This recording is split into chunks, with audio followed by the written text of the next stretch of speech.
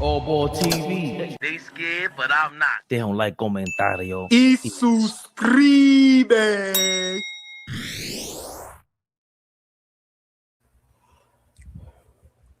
He said today's a new day. Go up trying to Harlem, tell KAT sent you. They say KAT. Stargic Nick, what up? Trice Crew for life, what up? Oh, boy, how's that? How's that? The new sheriff in town? Just might be. That's Just what might be. that's what Brunson was scared of the whole time. Big Baby Sports, what up, Big Baby? Trapped in the 90s. I don't know if that's what Brunson was scared of, but you know, that's up for a discussion one day. Wonder Woman, but yeah, at least for this series, it's definitely a new sheriff in town. Knicks Rehab. That may be the discussion, that uncomfortable conversation that's going to have to be had for the future once these playoffs is over. I've said it last season. You've said it. Fleeve said it. What y'all going to do? Who y'all going to build around? Or are y'all two going to get it together, figure it out, and play together? You heard the man. Ball suckers.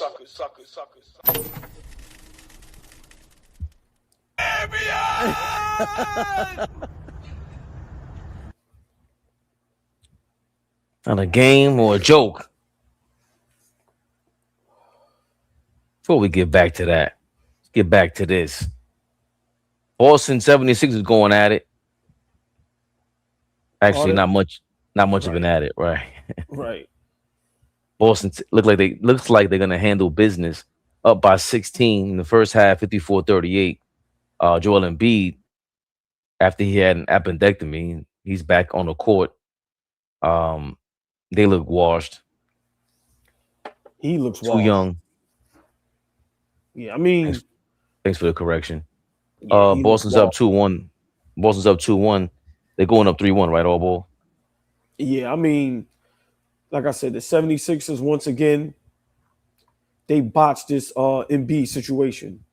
He wasn't healthy when he played against us a couple seasons ago in the first round, where that legendary moment with DiVincenzo in the Garden, he wasn't healthy then. It just seems like, you know, he wasn't healthy when he played in the Olympics, right? Now he's back knowing he's not healthy. Yeah, listen, Embiid really needs to sit down with his team, whoever his team is, and figure out what he wants to do. Bro, take a year off, get super healthy, and come back strong. But you can't keep teasing and not giving yourself time to fully heal, right? I get you want to help your guys and play for the team. Bro, low key, you're hurting the team. You're in Maxey way. That's what I said. Philly is in a situation almost similar to the Knicks in a way. And that's a discussion we're going to have one day. Like, you know, is KAT and Brunson in each other's way? I think they have a better opportunity of figuring it out. But I know for a fact, Embiid is in Tyrese Maxey's way.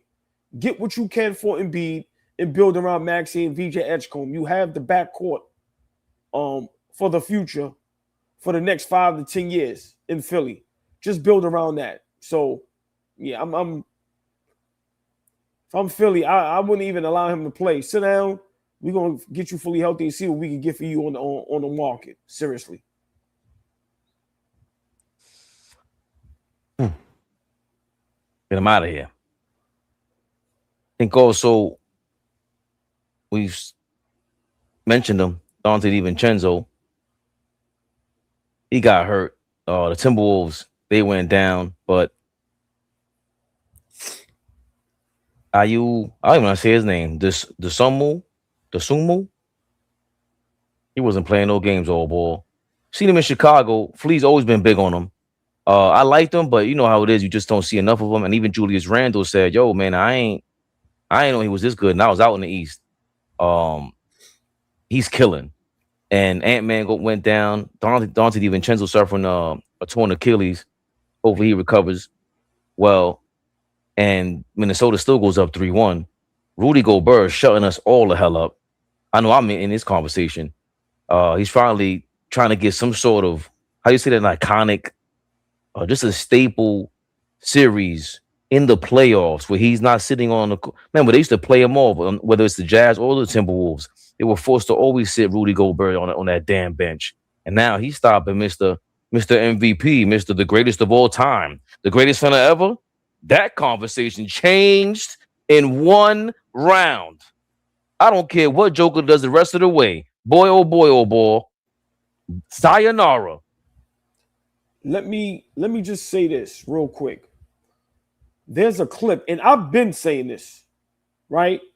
When a lot of these former players, current players, when a lot of these analysts and networks talk about Joker, I heard somebody say, I don't know if it was, I don't know who it was. I don't want to say the wrong name, but I heard an analyst on TV, like, you know, the guys that get paid the big bucks, actually say Joker is a better offensive basketball player than Michael Jordan.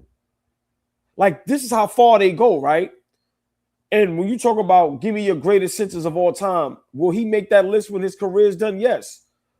But when we start talking about he's better than Akeem Olajuwon, he's better than David Robinson. Now, yeah, he's better than Patrick Ewing. Patrick Ewing ain't got no titles, no accolades. But when we talk about Kareem and Wilt and Bill Russell, right, Shaquille O'Neal, and you have all these platforms talking about the Joker is way better than them. Joker is the worst defender in the NBA. I've been saying this. When we talk about and make fun of Jalen Brunson and Karl Anthony Towns defensively, Joker is worse than them. There is a clip of Joker's defense in this Minnesota series. It is horrendous, Fabian. Horrendous. When I say horrendous, I'm talking about terrible. And you know what Minnesota figured out? Why aren't we doing that? These players that don't play defense. Why aren't we? So listen, I never jumped on that Joker's bandwagon, that Joker train. Like I said, he's looking like he's going to be exited in the first round. The Joker glaze needs to stop. Great numbers. He's the Peyton Manning of the NBA. That's how I put it. Great regular season. Has a championship to where you can put him in those conversations.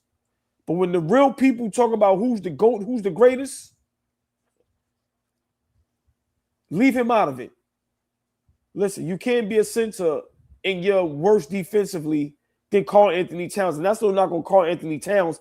I'm just saying the way people just disrespects KAT, it just forgets about how bad the Joker, Luka, some of these players are on defense. It's insane, bro. So, yeah, to lose, no DiVincenzo, no Ant-Man. Like you said, Fabian, I'm with you. I don't care if Denver comes back and wins this series. I've seen enough defensively from Joker to help me understand, bro, I would never want you on my team. Never. Because people can go, no, I'm serious. If I have to start a team, I'm not putting Joker in my rotation. Give me Akeem Olajuwon. Give me Shaq. Give me David Robinson. Like, give me guys that's going to change the game defensively.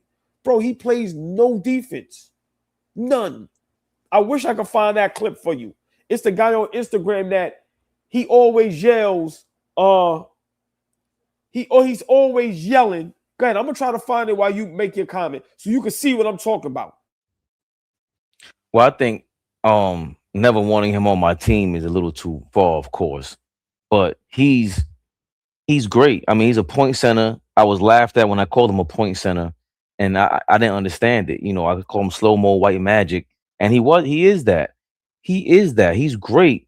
But what he always proved to me was the argument that while we love Dime Dropper so much, Dime Dropper's the only guy watching games from the 1950s on that's that young and will tell you who was who, what was what in the 1950s, 60s, 70s. And he could break down why, you know, Zelmo Beatty was the man back then. Like, the Joker being this good and people just automatically crowning him as the best center of all time. Stan Van Gundy said he's the best player of all time, as if he wasn't in that era, as if you weren't right next to Alonzo Mourning, who would have given Joker problems. He just would have given him issues. I'm not saying he would have shut him down, but after watching this Rudy Gobert shit, Alonzo Mourning would have shut Joker the fuck down. What the hell are we talking about? And I've never liked the Glaze because it was just part of the era. And I get it. A lot of us older guys are gonna get accused of, yo, you're just old guys not respecting, the young era, and this new generation will always look to defend themselves. And I'm okay with that. But one thing we never did, I don't remember us just going just totally like with the Bill Russell thing. I've always argued it. And to this day, I'm like, I get the Bill Russell thing, to win that much, to go through what he went through. But I watched his game and I seen what he did. I still cannot have him over a Patrick Ewing and a Kareem Abdul-Jabbar as far as skills are concerned. Now, as far as greatest careers, there's nobody better in terms of basketball. You can't get better than that. And then with Joker, it's like either or. You can't put him over any of these guys. It's not easy to say he's going to be above. Joker's going to be above Patrick Ewing when just the amount of centers that Patrick Ewing had to play night in, night out. That means that on a night in, night out basis, there was a chance at one point within the next month, you were going to your game was going to be challenged. Whether it was Rick Smits, David Robinson, Keem Olajuwon, Shaq, one of these guys might get your number bad. Like, if we look back on it, we might be like, yo, did Rick Smits, was he tearing Patrick Ewing the fuck up? The Dutchman. Tough. We have no chance of that with Joker until we see the real 7-footers come in there and Gobert is somebody that we don't even like. We don't even respect him. This is a total shock for him to be kicking his ass like this. I'm not saying I'm rejoicing in it. I'm not saying I love it. But all these guys that was talking that bullshit, enough is enough with these shenanigans. Joker, welcome to reality, young man. It happens. Just let me correct myself. When I say I wouldn't take Joker, I'm saying above those names, right? So, if of course, if you ask me who's the best center today, and I had to build a team today, of course the Joker's going to be in there, right? He plays, he's healthy. Like, I'm not taking Embiid, right? So from that standpoint, yes. But if you're asking me, if you have an option of, these four centers of Shaq, David Robinson, or Kareem or Hakeem, nigga, I'm not taking the Joker at all. I don't care how great he is offensively. So that's what I mean by, I know it sounds crazy when a person goes, I will never take Joker on my team. I'm talking about when we have those discussions, when you put certain names out there and guys just automatically. Charlie Villanueva, love their content. Big shout out to Baja. He's out of control sometimes. He reminds me of me, right? Right. But his Joker glaze is insane. So that's what I'm trying to say. Like, now these guys is quiet. Where's the content at? Where's the Joker glaze at? Down 3-1. Like, come on, man. He is the Peyton Manning of the NBA, bro. You know what's funny you say that? Because I just seen a stat where they said he hasn't beaten a 50-win team in the playoffs. I guess people are big on that. I don't know if we'll get a clip, but Joker is barbecue chicken on defense. The team. Oh boy, this guy's bananas. Bro, I love him though, but look at this. See, forget the answers. Just look at the defense, bro. And nobody is talking about this or breaking this down. They ignore this. Watch this clips of him on defense.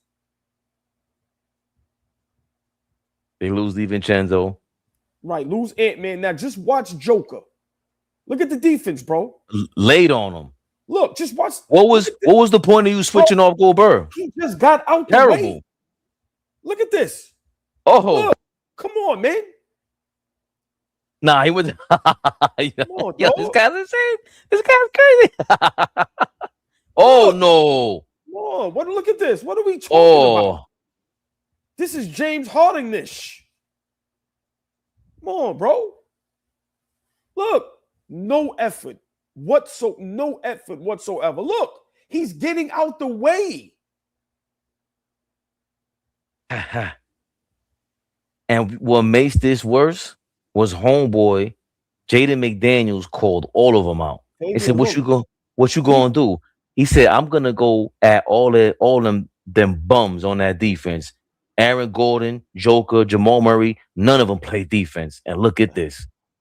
Jesus Louises." So for me, get well DiVincenzo, get well Ant-Man. But that little bit right there tells you who the Joker is. And I don't care what no one says. How can you be in these conversations and it's okay to be bad defensively, but it's a difference to be horrendous, to not give no effort, right? And for me, Sam Gale, I don't want to, because Brunson and KAT ain't got nothing to do with it. But when we make fun of Brunson and KAT, when we talk about how bad they are defensively, how they get hunted, let's be for real. The Joker is up there with James Harden. Fabian, I've been saying it for 2 seasons. This is why I never said he's the greatest of what? Nah, bro, when you a center, see, Jalen Brunson has an excuse. He's a guard, and he's a small guard. So he can get away with it a little bit, right? We don't criticize Steph Curry when he was bad defensively because you expected to be that. Bro, when you a 7-footer, exactly, it's different. Exactly. So for me, it's totally different. Yeah. Oh, no. That is the point. That is the point. You're supposed to be the anchor. You're supposed to be the last level. You're supposed to be the level. And to do that, James Harden, Steph Curry, Jalen Brunson, there's a lot of guards we can name that just play. We know this. They're divas. You cannot be a diva 7-footer. We usually get at you. And don't get me again, he's well decorated. He's too ill. Let's not get this twisted. The Joker is ill. He's ill.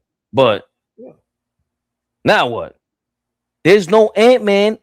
There was no Dante. They're down 2 of their players that the most impactful on the team. Damn near. Definitely Ant-Man. And you couldn't show up. That's bad. It's beyond bad. Just going around the league real quick. We got who was it now?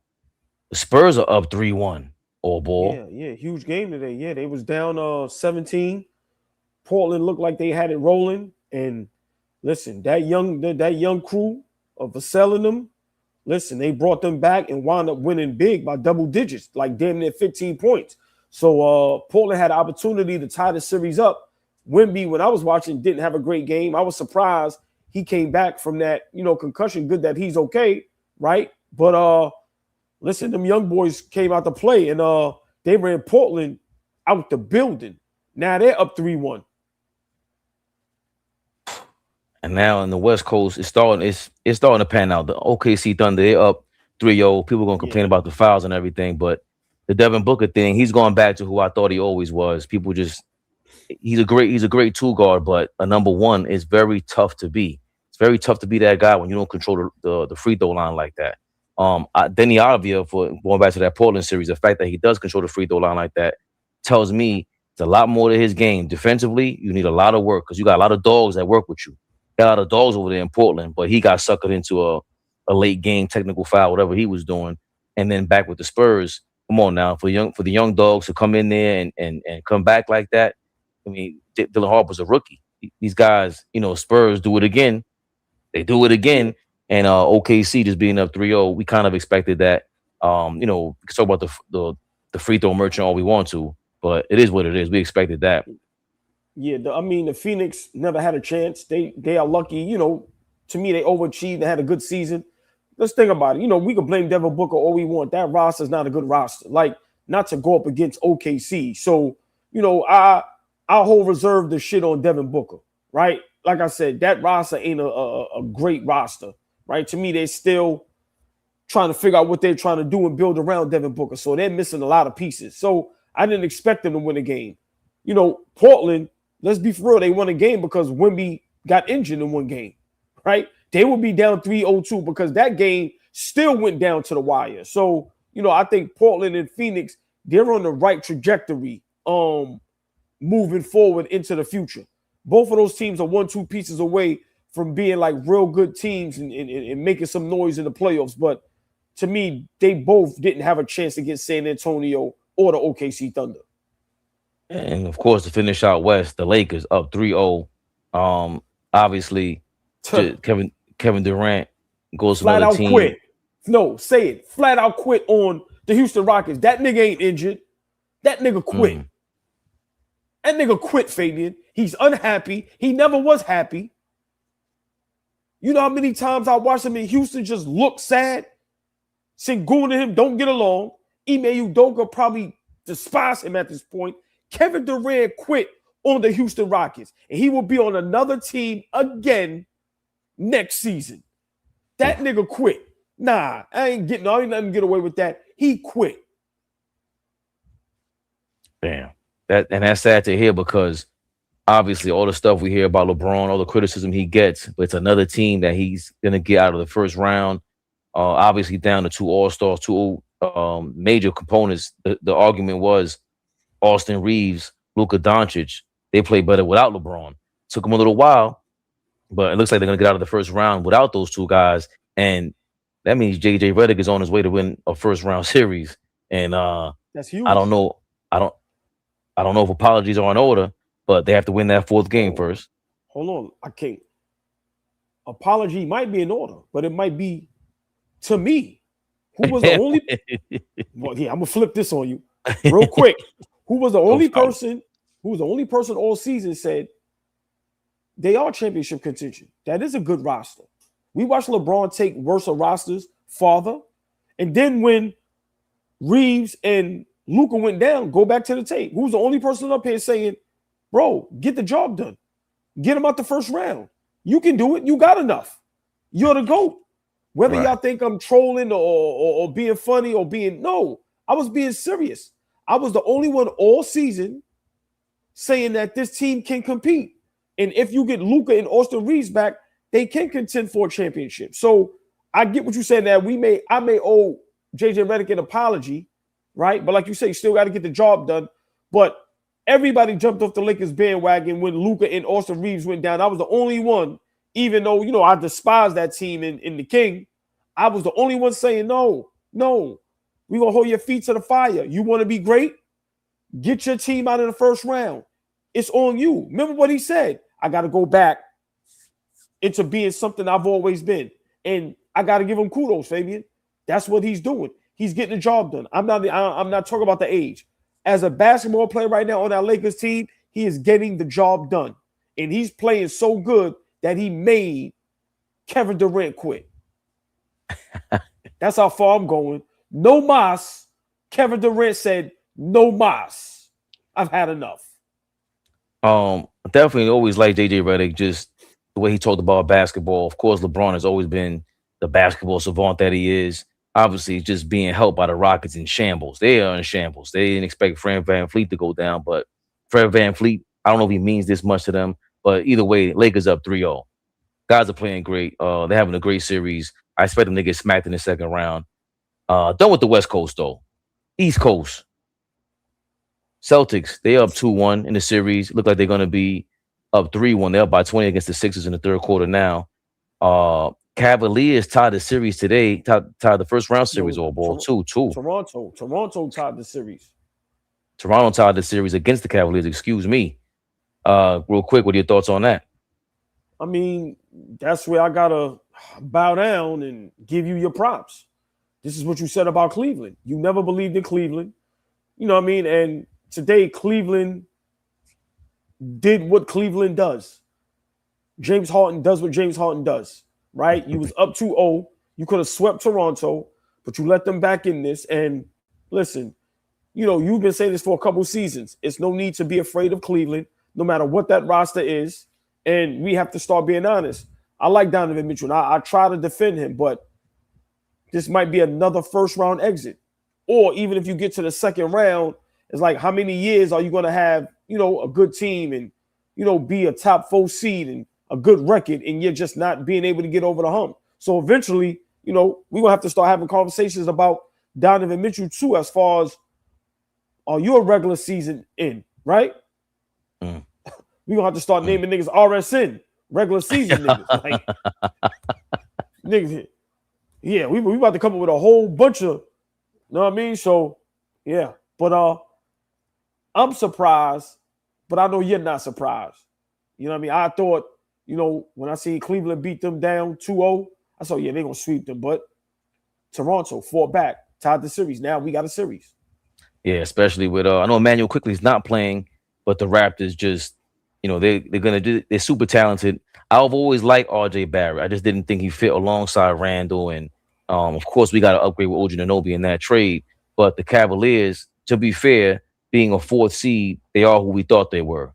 The Raptors are a 5th seed. Each team won their home games, so that's fair for the 4 or 5 seeds. You guys are mid playoff teams. Nothing wrong with that. And of course, Detroit, we ain't gonna get into that right now. We gotta hold off on y'all. Down 2-1. Mr. Number 1 seeds, the cocky bastards. They have taken over the Knicks as the cocky bastards. Although we have plenty of Detroit subscribers, followers, haters, and really just supporters and real dudes in the comments that keep it thorough. No way you're not shocked. We'll table that topic for later. Because as of right now, you hear the excitement? I ain't snapping to no Slim Jim. But real quick, old ball. Don't have to spend too much time on this.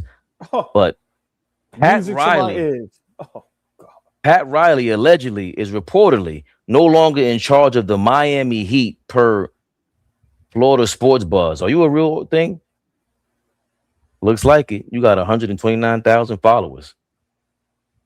That's something to watch. We'll probably get into that this week when we hear more news. But Pat Riley apparently is no longer running the Miami Heat, which is crazy. He's gone see now, y'all. And finally, they've seen the light. It ain't my fault. And of course, before we get into the main event, I gotta shout out our people. I gotta shout out all of y'all in that damn chat for listening to us, supporting us. Yesterday, we said we needed 89 more subscribers to get us to 14,000. Well, guess what? 14,000 it is. 14,096.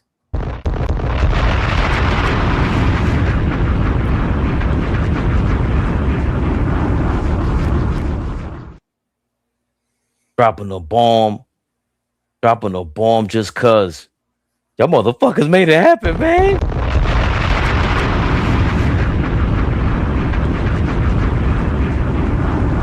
Yeah, the Fabian, the chat, they showed out. We said get us to 14K, and they got us beyond, right? And I always tell the chat, you know, I get sentimental because I ain't got no emotions, but when it comes to the chat, you know, they get that out of me. They showed up and showed out. You know, big shout out to the chat. Super big shout out to the members. But listen, man, you know, yeah, listen, y'all do it every time. So love y'all to death and just continue to grow with us and go along this ride, man, because it's going to be a great ride, man. Pause once it gets to where we need to go, right? But yeah, Fabian, congratulations. All Ball TV, 14,000 subscribers, and I'm just grateful. I'm humble, and I'm just happy that we got the dopest chat in all of the world. We asked them to do something, and that they not only do it, they go above and beyond. They said 14K, we get you more than that, just to make sure, you know, nobody out there mistakes or play no games. Chat, love y'all. Thank you from the bottom of my heart. Facts. Thank you. All of our hearts. How many subscribers was that, Wall? Come on, man. 14K.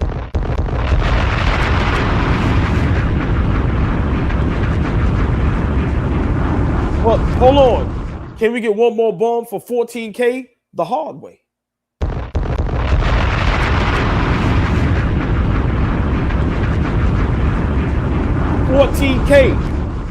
$14K the real way.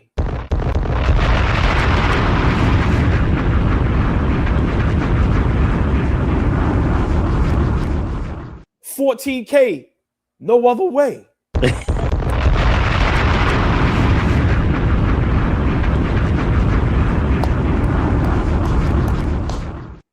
Come on now. I could have kept going, but we got a show to do. And of course, as of right now, as we stand, we have over 200 members. 200 members. A lot of y'all gifted the membership, so that number can drop. But basically, we're keeping it thorough. Y'all paying these bills.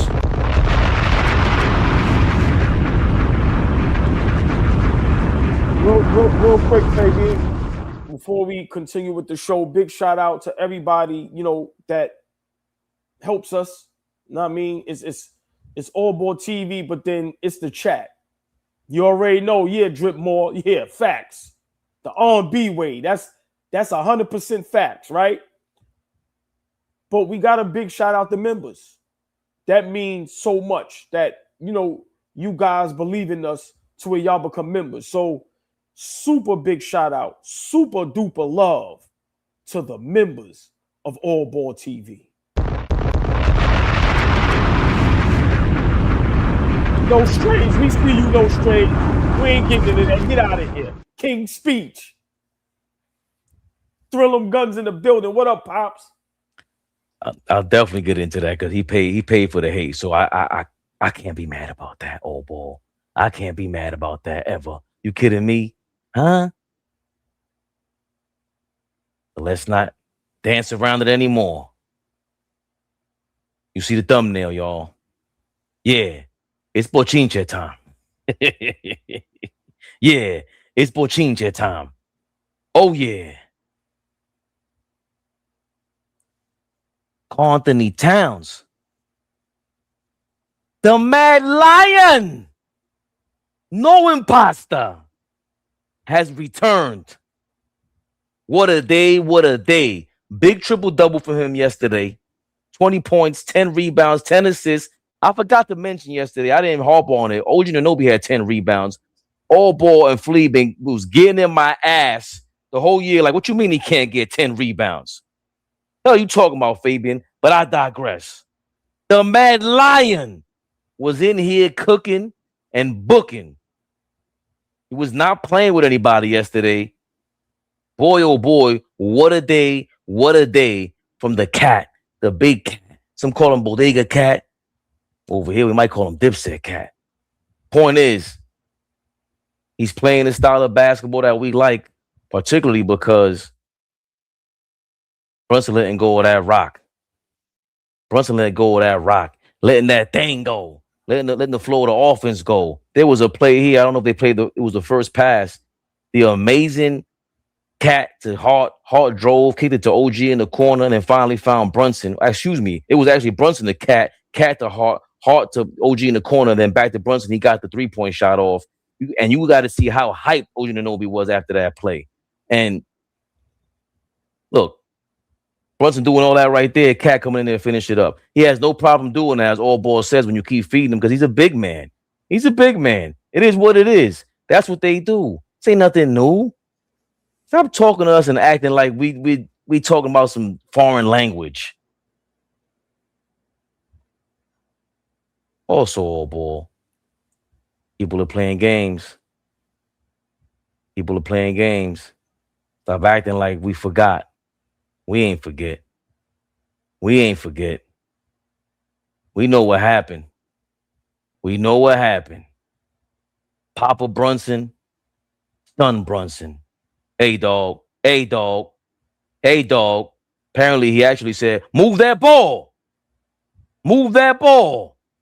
Hey, dog. Hey, dog. All Ball. Hey, dog.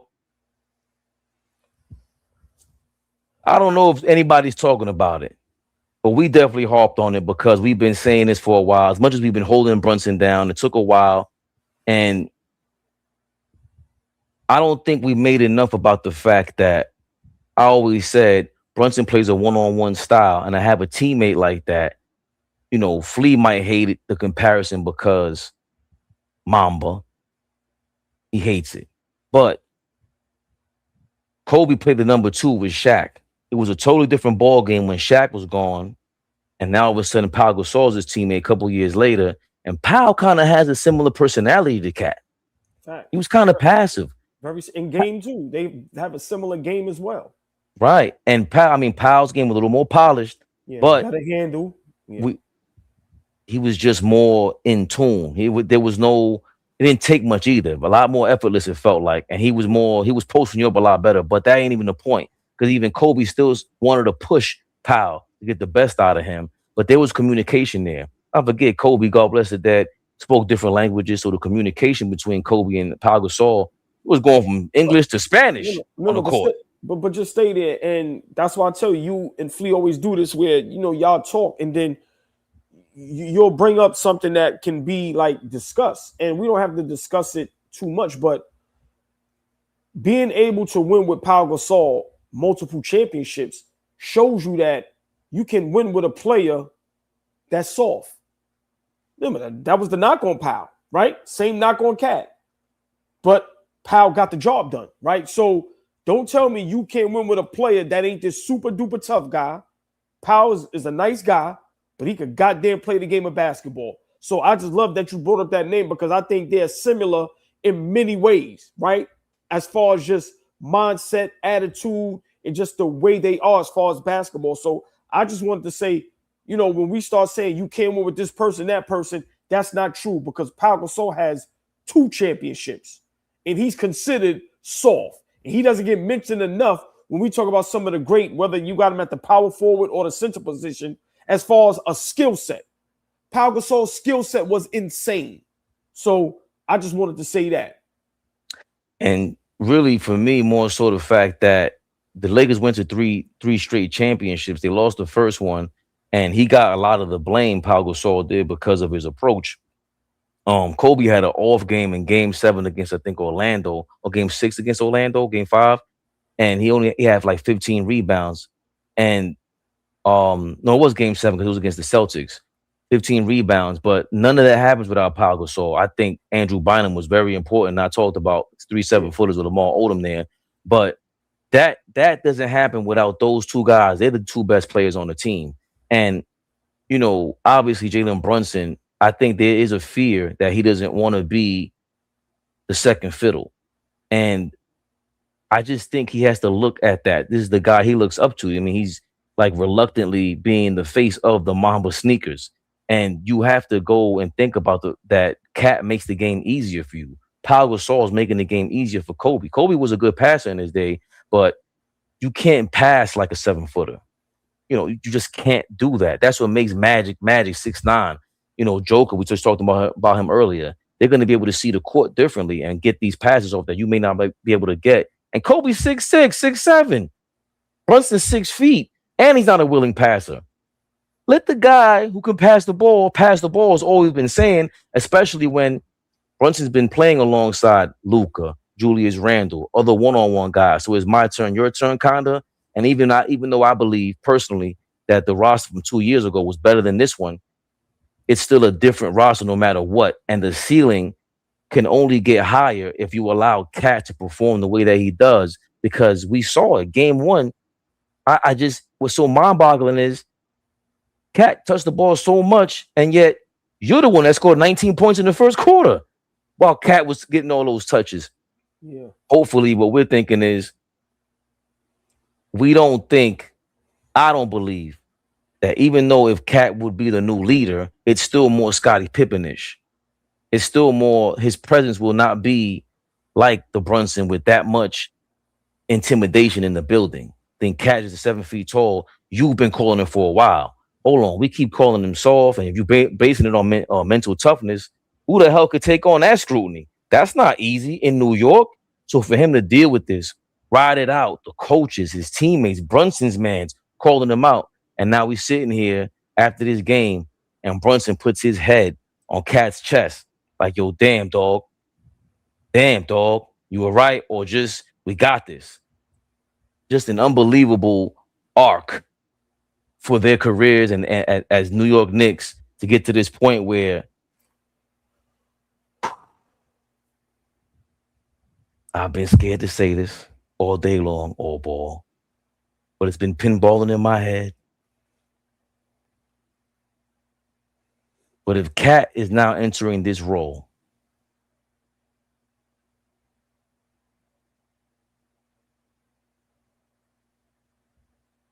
we're going to have to start talking championship, dog.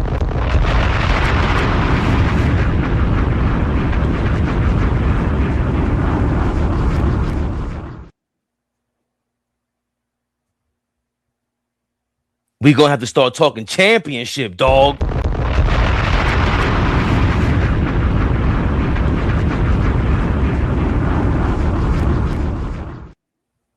Oh, boy. I've seen Nick Nurse move Embiid from the paint to the top of the key, and I saw the 76ers as a championship team 2 years ago when they were healthy. They look crazy. Now we got a guy with the Joker impersonation who really ain't a Joker impersonation because he shut Joker down when he was out there in the West Coast. The ceiling for this team has now arrived. We were talking about Tyrese Halliburton going down, Jason Tatum going down, this guy going down. And we ain't even talking about the number 1 seed, bad boys, the new bad boys going down. This path is looking a little more sweeter for us. Hate to get ahead of myself, but if we're doing some power rankings at this very moment, old boy, how are we feeling about this championship? Is there a new sheriff in town?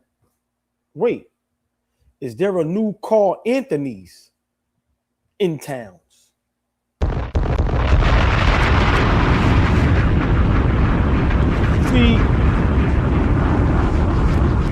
See, for me, what Brunson needs to realize is you can be the best player on a team.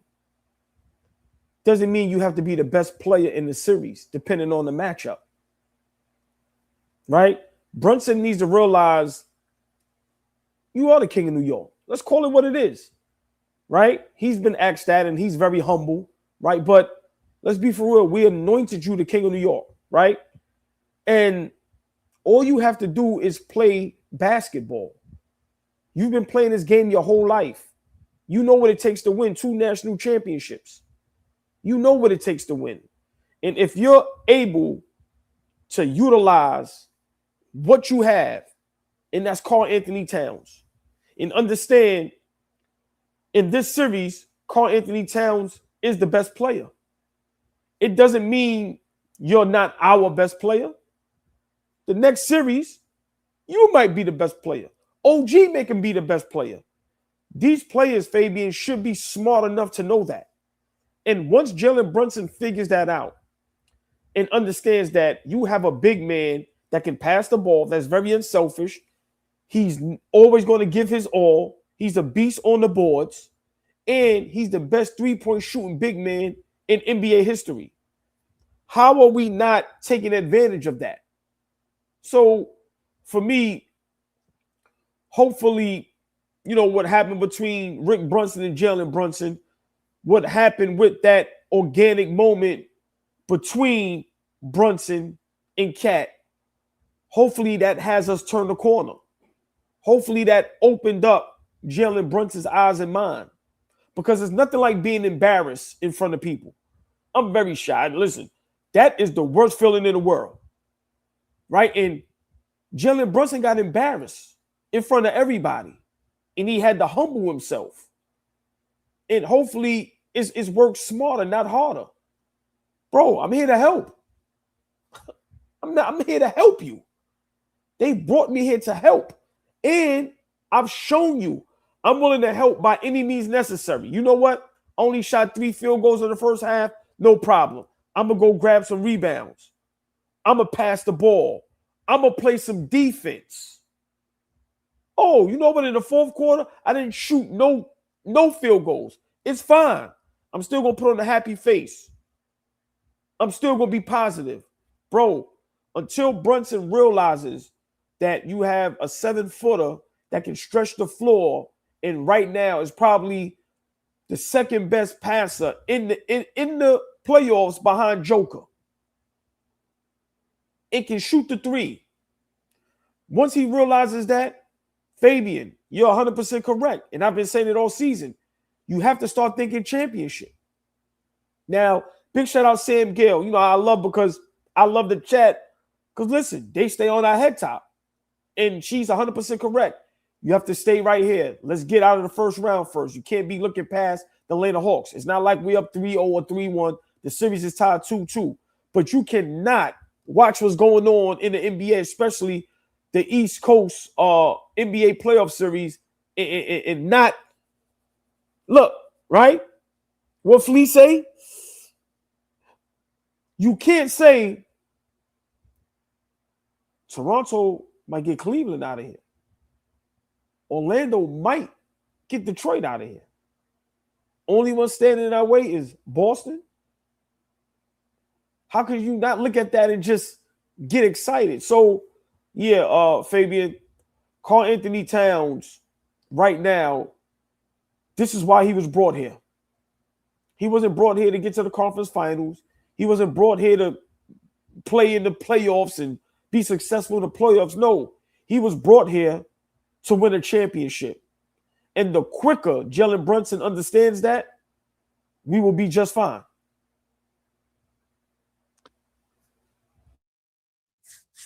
I understand everybody saying that, you know, one step at a time, one game at a time. But can we stop? Can we stop? Are the OKC Thunder championship contenders or not? Do people have the Celtics as championship contenders or not? Do they still have Denver as championship contenders or not?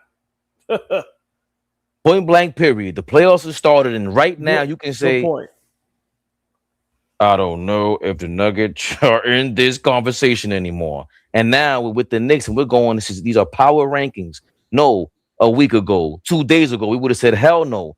This is a different play style if they continue this. This is different. I don't think people really understand what it means for your star player who's had their father on the coaching staff, and we're all going, how uncomfortable must that be?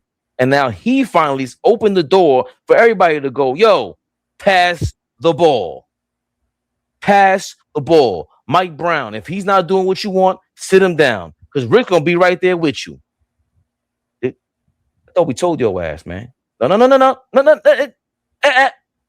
And now he doesn't have anybody on his side to defend his game.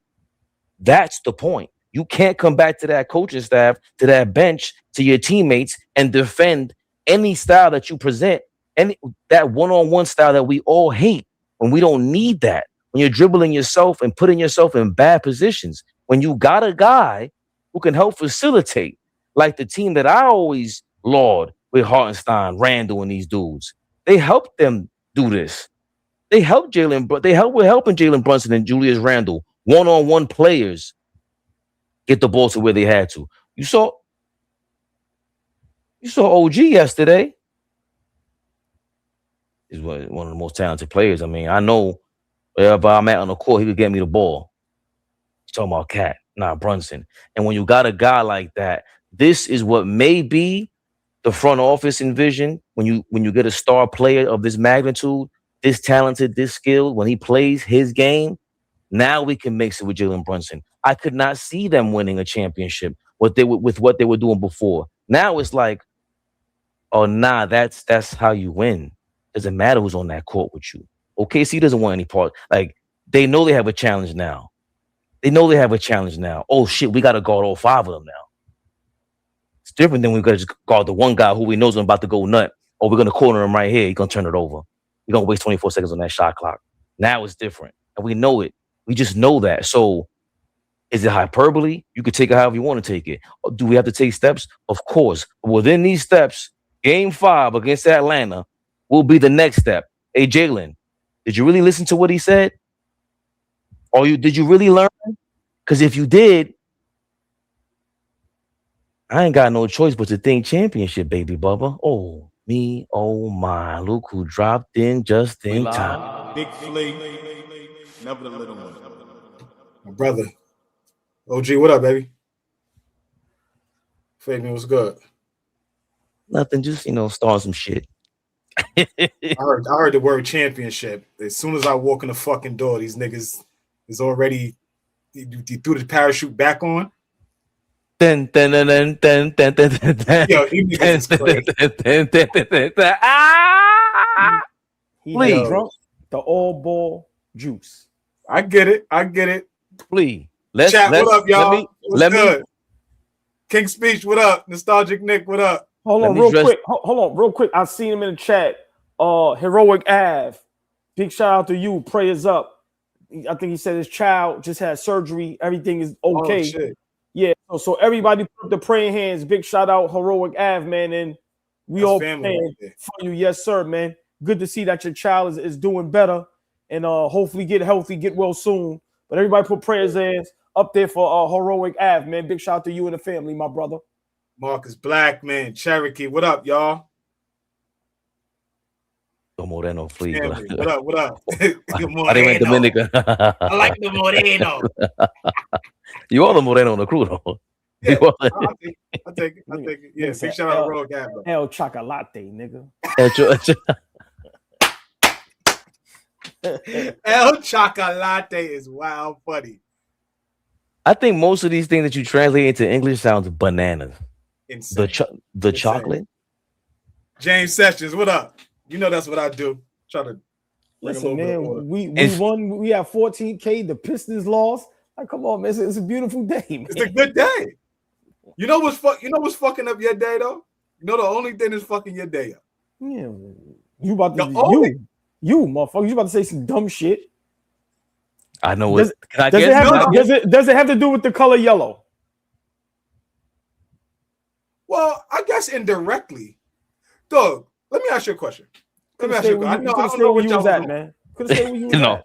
No, I couldn't. I'd rather Flea piss you off. This is gonna be amazing. Thank you, Flea. Dog. If they sweep Houston tonight.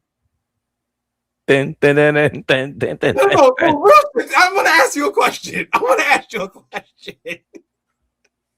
need to ask you something. If they sweep Houston tonight, whoa, wait, ho, hey, ho, hey, ho, save niggas. Hey, ho, hey, ho, hey, ho.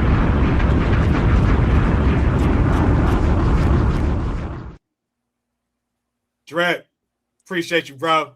We're not done. You don't even know what that's from. We're not done. Big shout out KRS-One. We're not done. KRS. Okay. Big shout out Drip Moore becoming a member.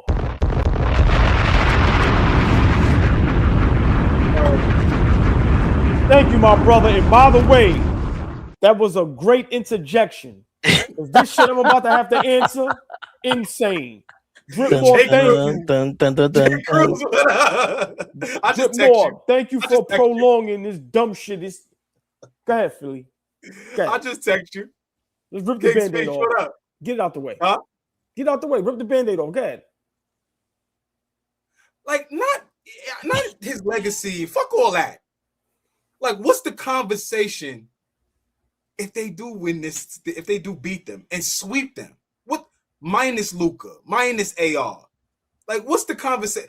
Are you going to have more of a conversation of that's a big accomplishment for them? Or is your conversation more going to be about Udoka, Kevin Durant, the Rockets, all of that? All right. All seriousness, both. Everybody knows I'm a LeBron hater. I don't run from that, but I was the only one up here that was saying, because everybody else gave up. Flea, you and Fabian can attest to that. Everybody said they can't win. And what I was saying, whether you think I was trolling or being sarcastic, I said no. If you want to be great, right, get the job done, right? So he deserves the props. But let's not forget, no Kevin Durant. But at the same time, Flea, you have to talk about, and you said it a while ago, why isn't anybody questioning Udoka's coaching style? Mm-hmm. Why is he going under the radar? Mm-hmm. Is he really a good coach? Because we like him and we think he's cool? Because he called LeBron a B, right? He has some machismo. Is that why we just ignore? Machismo? He did what he did. Is that the reason why we ignore that he might be a bad coach?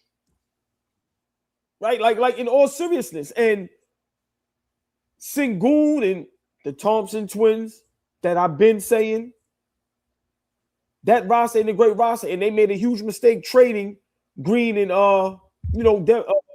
Brooks. Dylan Brooks. So Flea, it goes both ways. JJ Redick and LeBron James is going to have to get credit, no matter how much it's going to hurt my feelings, right? You got to get them credit.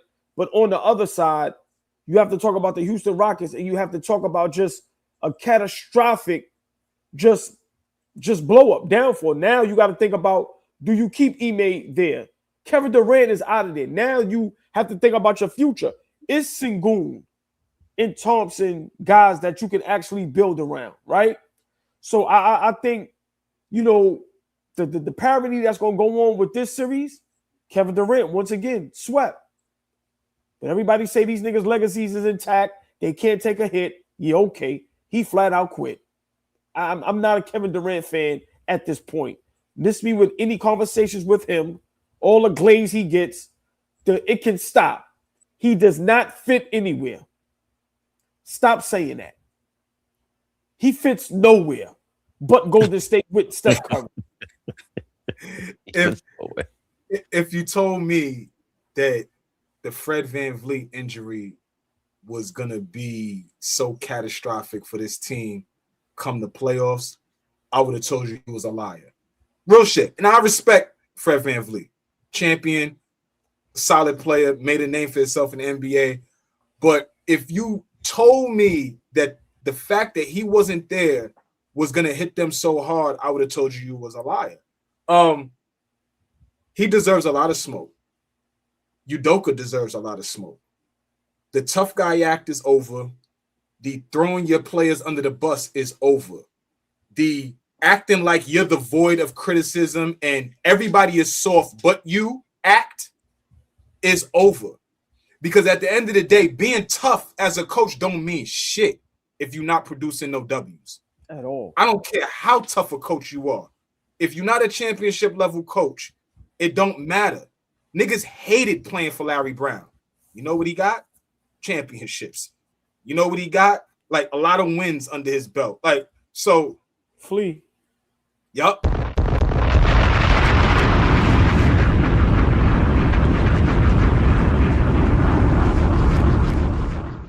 Jam session. We're jamming. We're jamming. That's 2 days in a row. Yeah. We're jamming. Yeah. I'm on that jamming with you. Yeah. Come on, man. With Jaman? And I hope you like jamming too. Come on, man. What? Jam session. Thank Appreciate you, bro. for becoming a member. Listen, Yes, man. indeed. Y'all Yes, are showing up and showing out. Fabian, Flea, you wasn't here. They got us past 14K. Oh, I heard. Yeah. I heard. What you heard? The chat did that. What you heard, Flea? We got 14K now.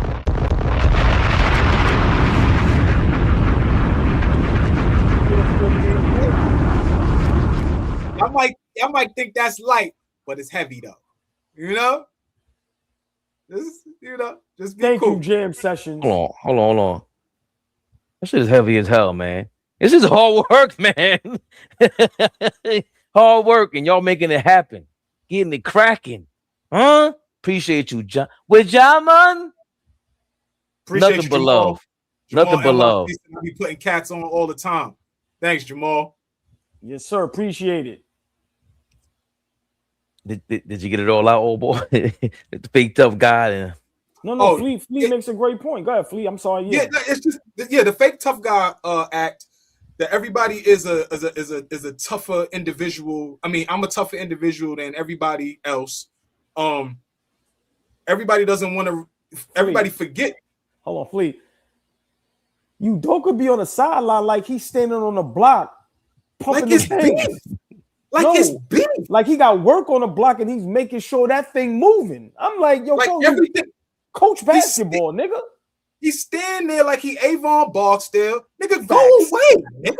Like, here's the thing. Y'all remember last year, 2 years ago, whatever that is. Remember when Udoka was calling LeBron James a bitch? Y'all remember that? Yeah. Y'all know what the series is right now? Hold on. You see the payback. You see what he tried to. You see how he tried to show up Bronny James, right? Oh yeah. Oh yeah. Who's having the last laugh now? Right.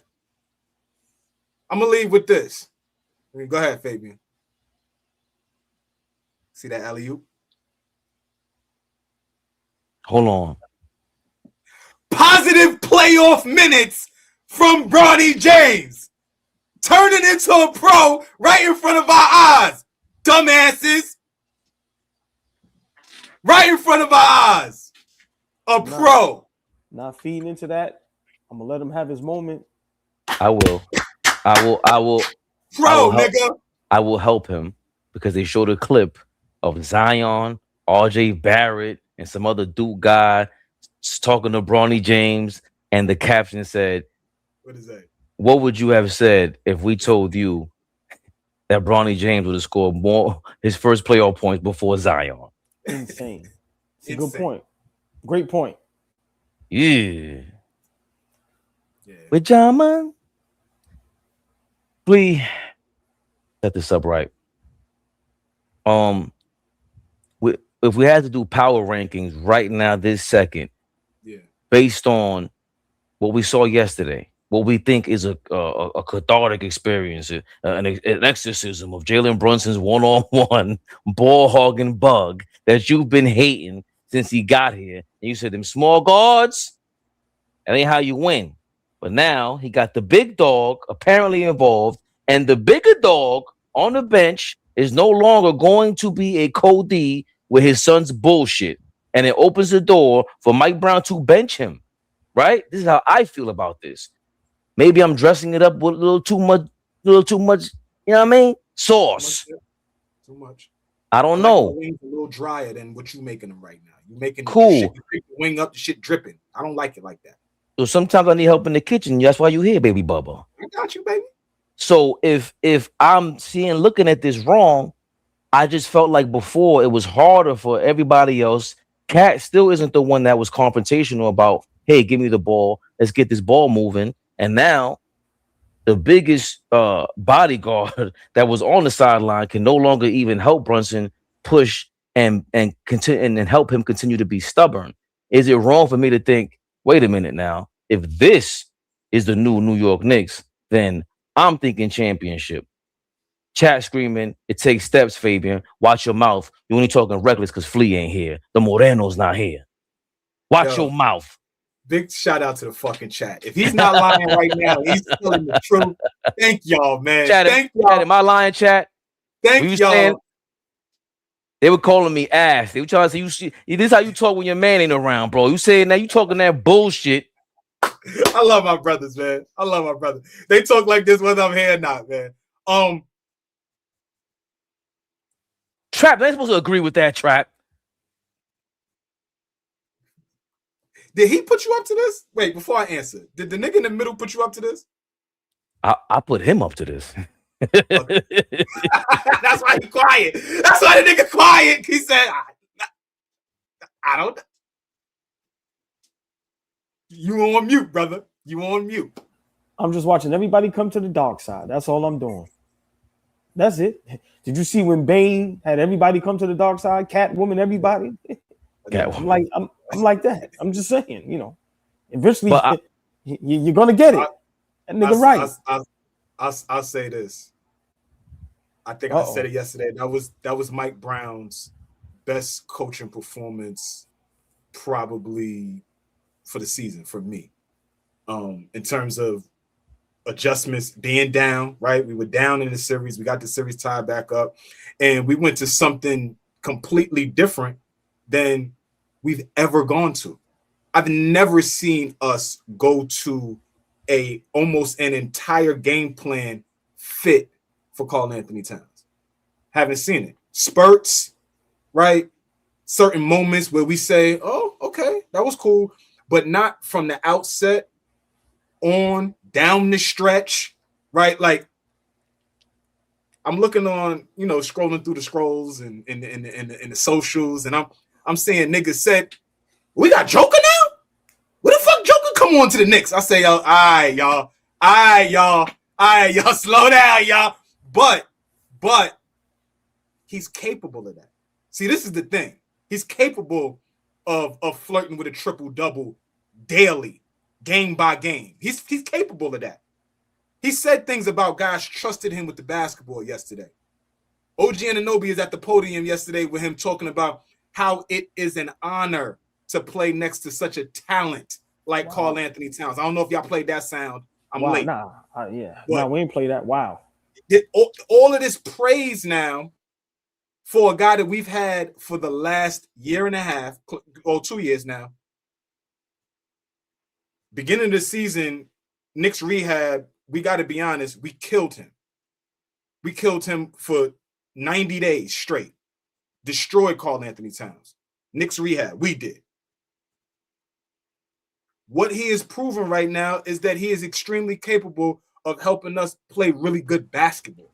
And when we play really good basketball, we can compete with anybody. Go ahead, Fabian. And part of that is because of what Anunoby said yesterday. I mean, he's a special talent, you know. He can do it all. And I know if I get open, he'll find me. No matter how tight the window is, he'll be able to find me. And, you know, it's amazing playing with a player like him. Kat, as you guys head back to New York for Game 5, every game, of course. Hold on, Fleet, before you finish. Yeah, go ahead. Is that a shot at Jalen Brunson? Let me cook. I've never seen OG say that about Jalen Brunson at the podium. When OG had that huge game against Denver, is that a shot at Jalen Brunson? I've never played alongside a talent. Nigga played alongside Kawhi Leonard and won a championship. Let alone you're playing alongside Jalen Brunson. There's been rumblings that OG isn't happy, not touching the basketball. Is that a shot at the captain?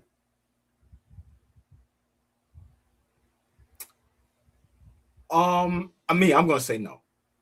I'm gonna say no. I'm gonna say that Karl Anthony Towns' ego has shown to be a little fragile this year. So if OG is reading the room and understanding he needs a little reinforcement after having such a good game, I think that's what you say after a good game, a great game like that from Karl Anthony Towns. So I'm gonna say no. I understand what you're saying. I'm gonna say no. I don't think so. You fucking liar. This is what I hate. We went at it a year ago. Game 2, Detroit Pistons. This fucking ball hog said, I'm going to do it myself. And you guys torture racked me for 48 hours. Why can't OG Anunoby celebrate Karl Anthony Towns right there without it being anything to have to do with Jalen Brunson? We watched, everybody in America yesterday watched his daddy get in his ass. Everybody in America. So why does that moment have to be about OG and Brunson and not OG celebrating KAT? Because although he was born in London or wherever the fuck in England he's from, OG Anunoby, he's in America, like you're saying, and they're included when you said everybody in America was very happy to see Rick Brunson getting his son's ass. I said some wild shit. My bad, I don't think so. I don't think so. What I said. That game is over, man. I ain't playing that shit no more. I don't think that's just a celebration of KAT's game and being able to play alongside a player like that. That is coupled with the game that you have to deter from. Brunson is still a star. He might be the best player in other series. We've been saying this for a while. You might not be the best player in the series. You should have been on the bench for several games in the playoffs because of your play style. And we've seen too many point guards enter the game, and all of a sudden the energy gets lifted and everybody's getting the ball. When KAT's on the court, they're gonna enjoy it more because they know they're getting the ball. They know this. It's different playing with a player like that. We know it's not just gonna go one-on-one and just dribble heavy. Is it a shot? Whether it's direct or not, it's gonna land. It's gonna hit. And Brunson can't. That's why he can't ignore it. That's why me having these championship hopes now are present, because now you have the authority. Now you have someone that's going to check Brunson. It's the elephants in the room now. His father came out and said it. Move the ball. That's what I said. This shit went viral. Our shit went viral. So I know it's of interest. So, of course, Ojinobi is happy about this because they signed the $40 million. They know, yo, that way we can't win. They feel like we feel. We can't win like that. But with KAT running the helm, especially against the Hawks team, most specifically against this Hawks team, they should have swept them, and they know this. Man, they're just saying like, yo, dog, we got the advantage right there. Why we going away from it? You keep taking that away from us, Brunson, and I'm happy about it. I just think it's reinforcements for KAT to continue to play like he's playing. Right? We see spots and spurts of KAT playing good basketball, and nobody after post game ever says anything glowing. Find me another clip like that over the last 82 games. You can't find one. So all I'm saying is that to get that game 4, to carry over to game 5, to carry over to game 6, OG Anunoby and everybody else on the team needs to recognize how valuable and how great Karl-Anthony Towns is. So I like hearing OG say that. My first thought didn't go to Brunson, which fair, after listening to you two guys, fair. But for a guy that's been fragile all season long and now has come along over the last 2 months of the season and is really one of the clear reasons why we even back in this series, because let's keep it a buck. Karl-Anthony Towns, OG Anunoby, and our bench is really the reason why this thing is even tied. Yeah, 100% correct. Yeah. Everybody else has had a subpar season. Has had a subpar series in totality. Brunson hasn't had a phenomenal series. We spoke about Mikal Bridges ad nauseum.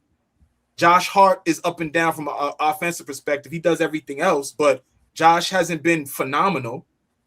And then, for the most part, Quinn Snyder has been out coaching Mike Brown until yesterday. So the two guys that have really been, the anchors on us, and Mitchell Robinson, excuse me, Mitch has been great. But I just think it shows that we still connected. We're not broken. Okay, we were down in the series for the first time in a while. We still here. We still together. We still rocking. And we really want to win this series. So I took it different. I know my brothers got it, but I didn't see it. I didn't take it like that. But oh boy, this is why people love us. Because El Chocolate over there. Yo, that sounds kind of wild. I like it, but it sounds wild. You sound like you got you got a lot of bricks of them things. Not gonna front. It sounds like Shorty need to be calling me that and not my brothers and other niggas. El Chocolate? I don't know. Mr. Pink over here is the one that dubbed you that name. I was just fuck it. It sounds cool. Not gonna lie, it sounds cool. I said it one time. I didn't say it 4 times. I said it. I said it one time.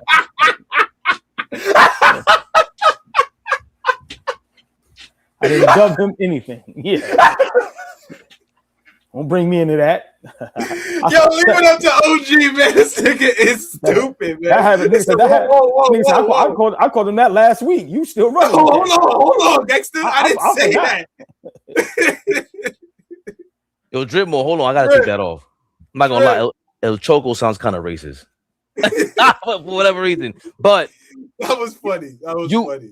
It might be that OG Anunoby meant it exactly how you said it, right? I don't want to send no shots at nobody, but there's no way. Maybe the dark-skinned brother and dark-skinned brother, y'all feel the same way. But the light-skinned dudes on the team might be, look at your man with the braids over here. I hope I can get braids one day, but we might be feeling like Josh Hart, KAT, and the rest of these teammates like, yo, man, thanks, OG. Thanks, Rick Brunson. Finally, somebody called his ass out. This is the way we want to win, all ball. I mean, I like it. I just don't like it from a standpoint. Don't lie, right? Karl-Anthony Towns is not the most talented player you played alongside. You was in Toronto with Kawhi Leonard, and at that time, straight up talented player. We about to make a hard fucking left. Who is a more flat out talented player, Karl-Anthony Towns or Kawhi Leonard? So can you want to have a conversation right now? Yes, I do. So let's put it in perspective. We're talking Toronto. Please. We're not talking Clippers, Kawhi Leonard. We're talking Toronto Raptors, championship, Finals MVP. We're talking the boogeyman at that point. Okay, let's talk talent. Okay, that's talent. Toronto Raptors, Kawhi Leonard. Tell me where Karl Anthony Towns was more talented than him. Dribble, pass, and shoot. He's a better dribbler. He could do everything. Hold on. No. Let's slow down. Let's take our time because you're a very smart brother, right? You know this game. I consider myself. Karl Anthony Towns is a better dribbler than Kawhi Leonard. Ball handling skills, I'm going to give it to Kawhi Leonard. But from his position, KAT's position, he can handle the basketball for a big. All right, I'm going to just say this because we got a discussion another time because I love this discussion. Okay. Kawhi Leonard is considered one of the greatest two-way players of all time.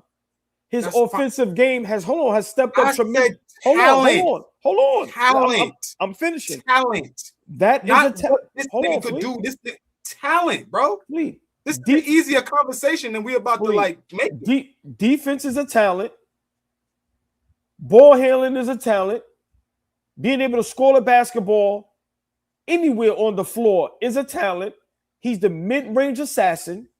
I'm just saying to clearly just say KAT is more talented than Toronto Raptors. Kawhi Leonard, I just have pushback for that. That's all I'm saying. Hold on. Go ahead. All right, go ahead. No, go ahead. No, for me, here's the thing. When I hear the word talent, it sparks like natural talent. It sparks just when I got the ball and I started playing basketball, how good was I? And for me, when I watched Kawhi Leonard, I watched him get better. I'm not saying Karl Anthony Towns is by far anywhere near the player that Kawhi turned into, but just flat out natural talent. I think Karl Anthony Towns naturally is more talented than Kawhi Leonard. Kawhi Leonard had to learn how to become an offensive threat. We're talking about at one point where he couldn't shoot. He had to learn how to shoot. You talk about we laugh at Peter Patton. Peter Patton is a mentee of Chip England. Chip England is the one who fixed Kawhi Leonard's shot. So all I'm saying is that Kawhi Leonard didn't walk into the league a number one overall pick, one of the most talented players of all time. I'm not taking nothing away from him. I'm just saying that he worked his ass off on his game. And at this stage of their careers, yes, Kawhi is head and shoulders the guy. But just flat out, when I walked into this thing, how good was I? I'm gonna go KAT over Kawhi. That's all I'm saying. Now, you have a great point there. When you say that, I can't argue that. Okay. But this is where I defend Kawhi Leonard. It's not his fault that he didn't walk in a number one overall pick. That's these idiot GM's fault. You know who didn't walk in a number one overall pick and he should have been? Stephen Curry. Is he one of the most talented guys we've ever seen? So did Pop in San Antonio handcuff Kawhi Leonard and didn't allow him to unlock who he really was? And they tried to keep him as a defender. And even though they tried, he still got Finals MVP. I'm just saying that's a whole nother conversation. But Flea, when you come with it from that standpoint, I agree. It's just that sometimes these players are being shackled and locked down by some of these coaches and these GMs. And then when they go to another team, you go, holy shit, he got that? The Golden State Warriors actually thought they were going to have to get rid of Stephen Curry.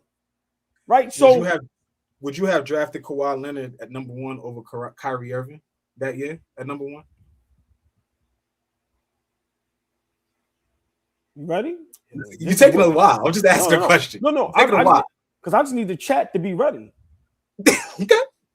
2011, you was going to draft Kawhi over Kyrie. Listen, he's scared, but I'm not. I know. 6'8", 6'9", best defender by far. Yes, Kyrie Irving played a couple games in Duke.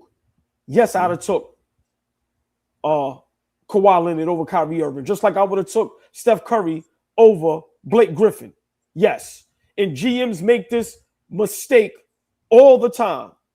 Joker went second round. Guys don't do their job. These niggas is in there and don't know what the hell they doing. So, Flea, now this is not an argument about Cat because he is talented, right? And I know I've said otherwise before, but hey, I was upset. Right. Remember, I told y'all the greatest flip-flopper of all world. I'm Of back all on time. the Cat bandwagon, right? But we can't blame some of these players because they're not top 3, top 5 draft picks. Lonzo Ball went before Jason Tatum. Okay. I'm just saying. At that time, Lonzo wasn't more talented than Jason Tatum.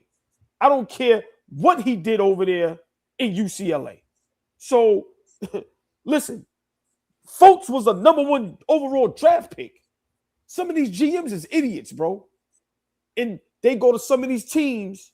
These players go to some of these teams with these idiot GMs and these idiot coaches, and these niggas is getting shackled. So I get what you're saying, Flea. You are 100% correct from that standpoint, but I think this is a great conversation that deserves its own topic because we need to spend some time. We can go pull deep into that because it's like, yo, how do y'all miss out on some of these players? How does a guy like Jalen Brunson, Dallas, you're watching him in practice, you drafted him, and you didn't want to pay him $50 million, but you hear Luka and other players say, I knew he was like that.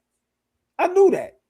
But they can't tell a coaching staff and a GM nothing because they think they know more than everybody. Y'all see what Precious said about Brunson?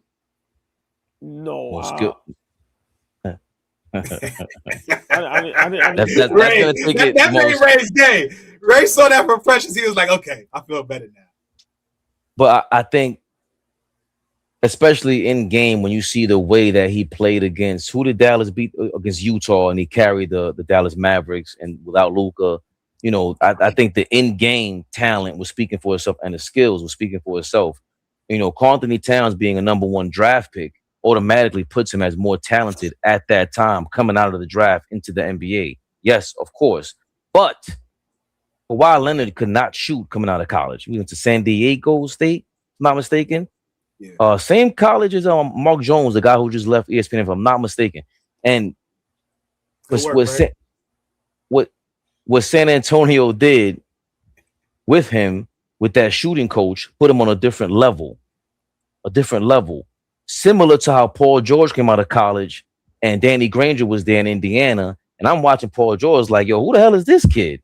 And all of a sudden it was like, there's a Carmelo Paul George conversation happening right now, yo. I don't know what y'all talking about, but this kid out of college, I don't think he was necessarily like that. So I believe at some point Karl Anthony Towns was more talented, but I think when you can refine your skills the way that Kawhi did and become a #1 MVP candidate, two-way player, there was a time where Kawhi said, no. I'm in the conversation with LeBron and these guys right now. And Cat was never that. So at some point, OG Anunoby, he's wrong. He's dead wrong, bro. Kawhi is a different, he's a machine. This guy, his mid-range game, he's a #1. He's a #1, and he was expected to bring the Clippers to a chance as the lead dog. Karl Anthony Towns being the lead dog was kind of long and forgotten. Now we're starting to flirt with that because of the game yesterday with what took place yesterday with the New York Knicks and Brunson as a co-star. But I just think OG Anunoby's wrong about that. I don't know if he misspoke and he was just helping, warm the heart or helping slight Jalen Brunson a little bit. No, but I think Kawhi is more talented as we speak than Karl Anthony Towns. Fabian, Flea said something that you just alluded to, and I just wanted to make a quick point.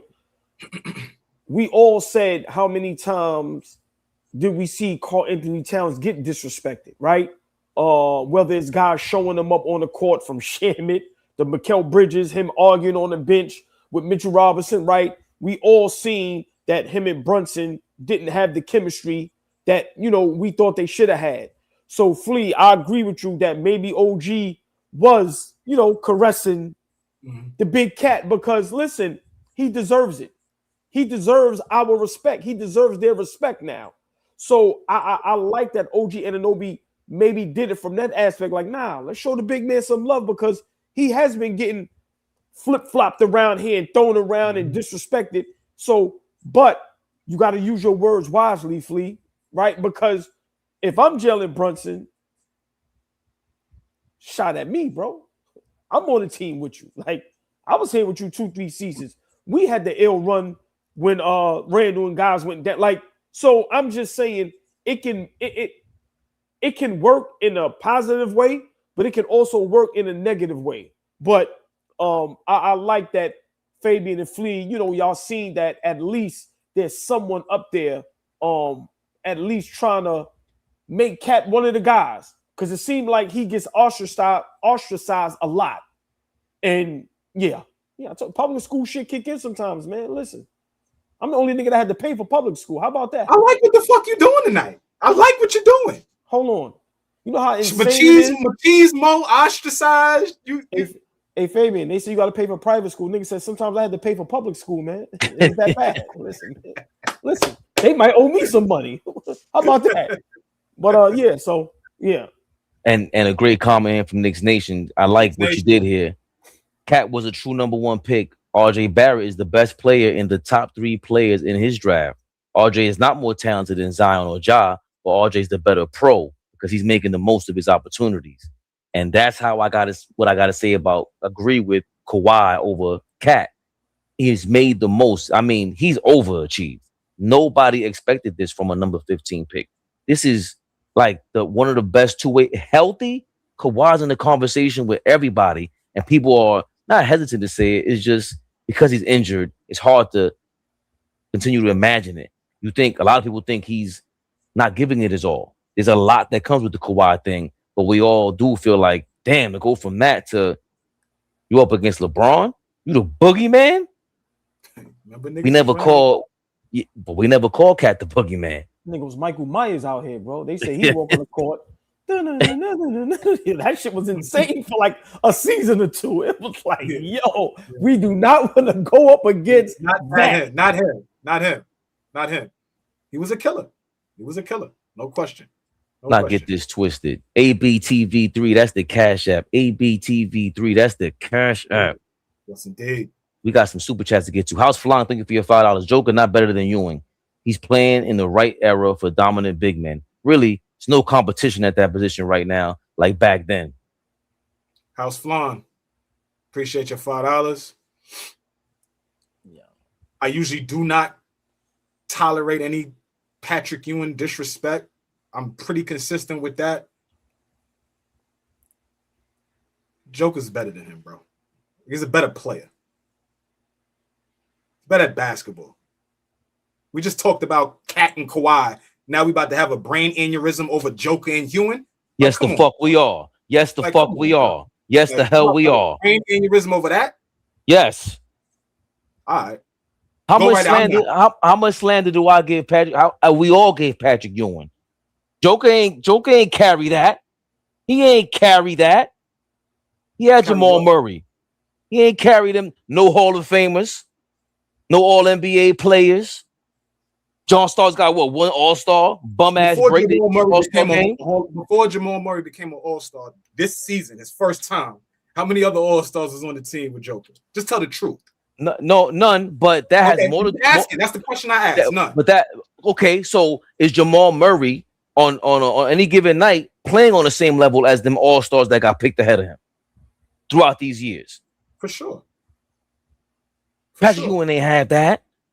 Patrick Ewing ain't have no. Come on, man. An All-Star caliber teammate. He ain't have that. Yo, bro. At some point, I'm not because I'm a Patrick Ewing guy, right? But at some point, the accolades, stats, and stuff have to matter. Yes. I don't like when niggas pick and choose when they matter. When the fuck does it matter? Because Joker playing the way he's playing, at the level he's playing, the length of time he's done it, when does any of that matter? I feel with Knicks Nation, whoever said that, I don't want to mess that up. I mean, House Flan, big shout out to House Flan. I respect what he's saying. But like it's becoming trendy to say certain niggas ain't good. Like Joker's phenomenal. He's better than Patrick Ewing. Like it's not gonna hurt your heart to tell the truth. But no one's saying he's not great. No one's saying he's not good. The knock for me has always been wait a second. It's always been pump your brakes because all he proved was stop talking about Bill Russell and Will Chamberlain like that and saying they ain't playing against nobody, because Joker ain't playing against nobody in his position. Number one. Number two, of course those accolades matter. MVPs, the championships, of course they matter. That's why the argument is happening. He earned every right to be in the argument. But see, this is what I don't like from RP. Drop Joker in that era. That he can't. That cannot happen. The reality is he's played in this era. Yes. He can't. No. You can't do it. No, but now we're watching Rudy Gobert giving him the business. And what I'm saying is, hold on. For Stan Van Gundy to come out the same way y'all having this Caitlin Clark argument, saying, yo, we heard her say she's the best thing since sliced bread, and the overhype was crazy. The overhype for Joker got so ridiculous that Stan Van Gundy said he's the greatest player of all time. That's how ridiculous it got, right? So now that we're here, that the hype is here, all I'm saying is, hold on. Rudy Gobert shut you down? Stan Van Gundy, you were there with Alonzo Mourning. You were there with Patrick Ewing. Rudy Gobert shut him down?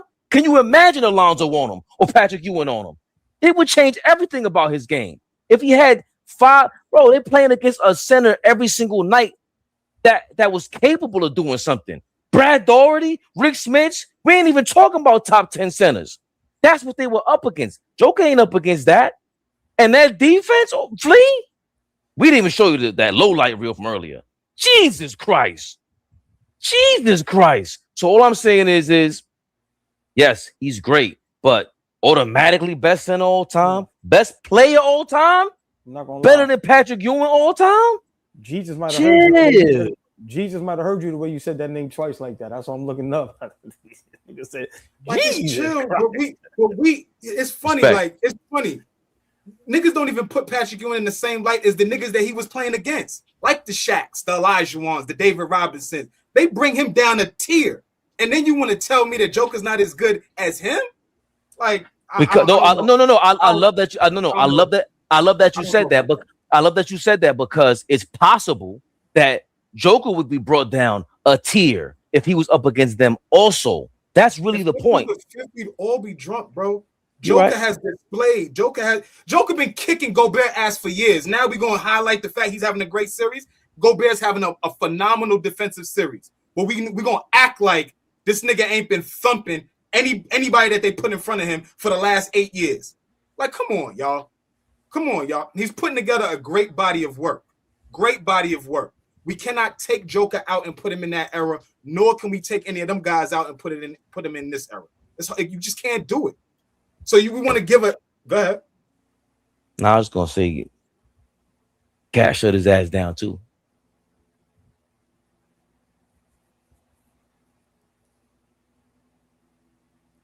Chat. Y'all see how Bane works? I'm talking basketball. I hate when niggas say that. I'm talking basketball. You know who I'm a fan of?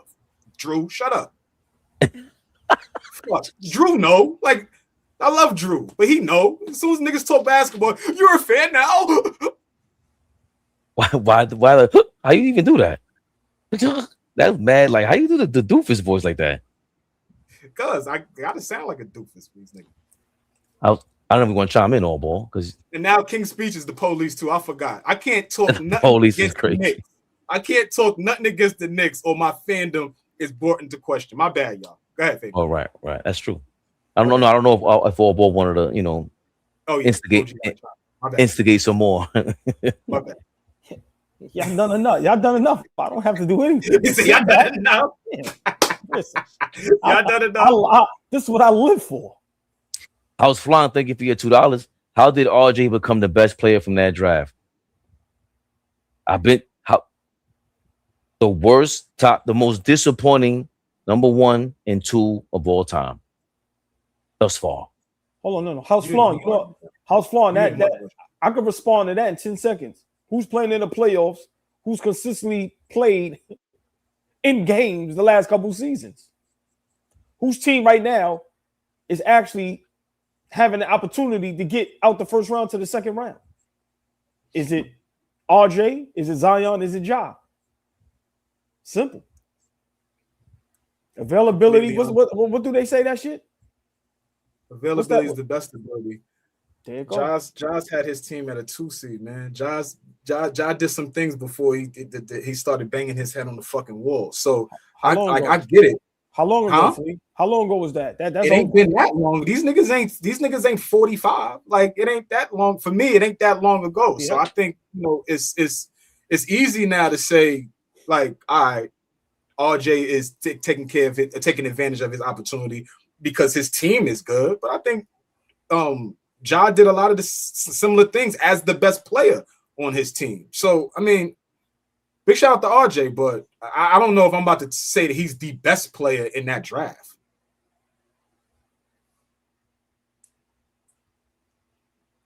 And you didn't want him, Fabian, just a reminder. That's not true. I didn't want him. I didn't. I didn't want him alongside Randall, but I like how you. Either did you want him or not? I figured no. I figured you out. I figured you out. You Tell use me what these you figured words out. try to trigger me and misinterpret what I say, misconstrue what I say for the public. Then I get caught up and I go, wait a minute, he got me again. Now get me this time. I got some super chats to read. No straight to give you up on 199. Congrats on the 14K. Now get the likes up if your team up 3-1. No strays. What up? Chat, what up? Congrats on the what? Congrats 14K. 14,000. Wow.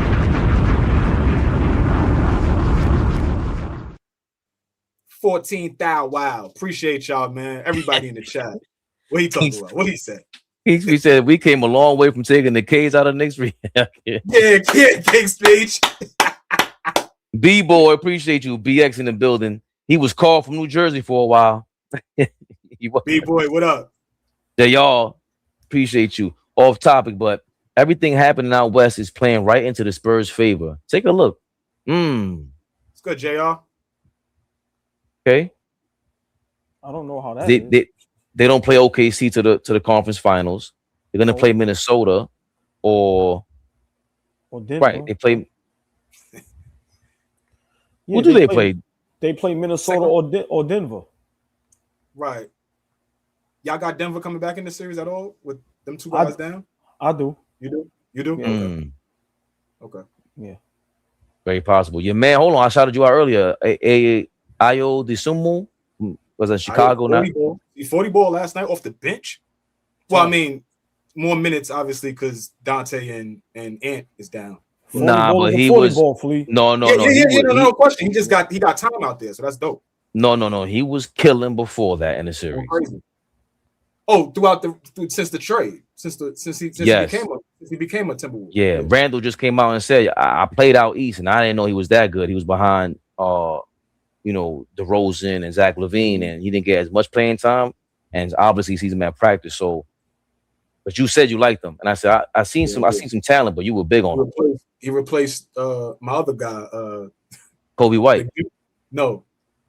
He replaced, but the dude that I was high on, that you was like he ain't shit. Not Patrick. Nah, Rob Dillingham. Remember I said Rob was gonna play, and he was like that nigga's not gonna play, and he wound up getting traded for him. And oh shit, right. So I didn't see enough, and I said, "Yo, you said Rob was started at point guard," and I was like, "Not over Dante." I mean, you told me Dante was gonna be a starter, and the nigga started 82 games this year, bro. I didn't realize that. He started all 82 games this year. And you told me last year, he said he's gonna be a starter. He's not gonna be no fucking starter. I was wrong. Who was right? Jam session, thank you. They give you 199. Knicks versus Spurs final. Avenge 99. Or New York Knicks versus Lakers. Versus the Lakers.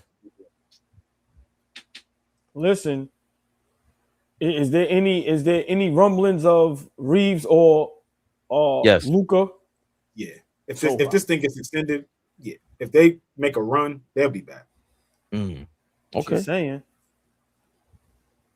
King speech. Next round, OKC gonna whoop the Lakers like Jack Jenkins whooped that white boy in Harlem Nights. Calm down on the fakers. I hope so. Jack did wild him out though. Whoop the brakes off, homie. Whoop the brakes off that nigga. He did. Willie Cruz, thank you for your 499. Cats, no captain. He's El General. El General. Muévelo, muévelo, muévelo. What? Willie Cruz, chill out. Chill out in these streets, man. Huh? Willie. I ain't done with ABTV3. That's the Cash App. ABTV3. That's the Cash App. I ain't done with y'all. Nope.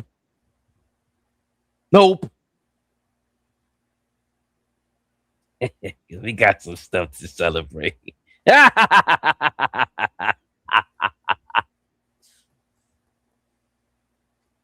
Flea. I figured we do about an hour and a half. Bust it down real quick. You know, just get in and out and shit. All right, OG, I got you. Just let me know what we need to do. I mean, I want to have it 10:30. You showed up late, man. This is true. This is true. This is true. This is true.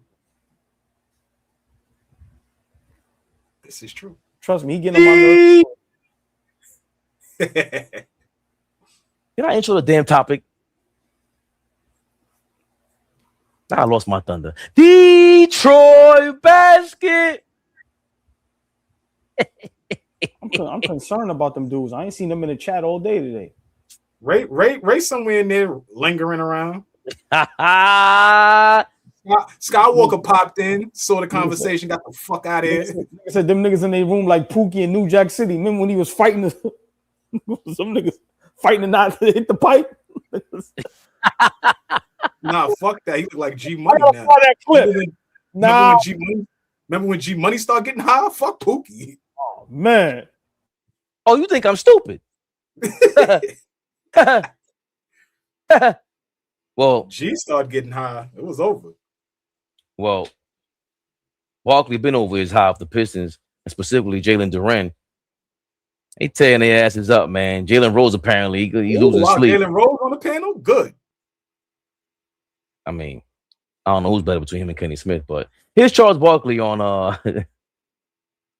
the Pistons and Jalen Durant. Look, to your credit, you said, "Hey, this Orlando Detroit is going to be a tough one." Yeah, because when I looked at Detroit, I says, "Okay, this is when Shaq got that." I said, "Well, K's going to get me a bunch of points, and Durham, I'm surprised he's struggling." I said, "He's going to get me 20." I said, "Who's the third and fourth scorers on the Pistons?" I said, "Guys going to have to step up and get me 20, 20, 20, something like that," because when you put up there today, you put those stats up there, you know, we know Banchero is going to get me numbers. We know Bang going to get me numbers. But when you getting Suggs, Wagner, Wendell Carter, like your two stars, I am shocked because I'm a big Durant fan. I am shocked because he's been in single digits 2 out of 3 games. Because I think game 1, he only had like 6 points. Like he only had like 3 or 4 shots. 8 and 7 on 3 or 4. But he's got to get, and when he's got to be just like, I'm gonna be a rebounding fool offensively and defensively. And then this summer he's gonna have to get in the gym and work on his offensive skills. Because right now, most of his game is dictated by on lobs or passes from Cade. But he's an all-star. I think he'll be a hell of a player. But this is a wake-up call for him. You know, I got to get in the gym and work on my offensive game. Did get 23 out of Tobias Harris today, but not enough for Detroit. They fall 113-105. Wait, what was that, Ernie? This is a Tobias Harris today, but not enough for Detroit. They fall 113-105. Oh, shit. Number 1 seed. Hold on. I just want to play this ball real quick because this is the Bochinche. In the adjustments, but you got to give Orlando a lot of number. Being in 7, like he's in IG, offensively fouled out today, and on the other side, Wendell Carter Jr. Yes, sir. And Angel Reese, your little sister Shaq, is on IG, calculating Wendell Carter catching lobs on Durant, and now these things are changing. Right? But if you look at the numbers, though, in game 1, he got 17, 5, and 7. That was so nasty by Jalen Rose. Wow. That was totally unnecessary. How you say that, Jalen? Shaq didn't even rebuttal. Oh, ball. Pistons. Floundering. Yeah, they could barely keep afloat. As a matter of fact, apparently, Yeah, we have a live look of the Detroit Pistons right now.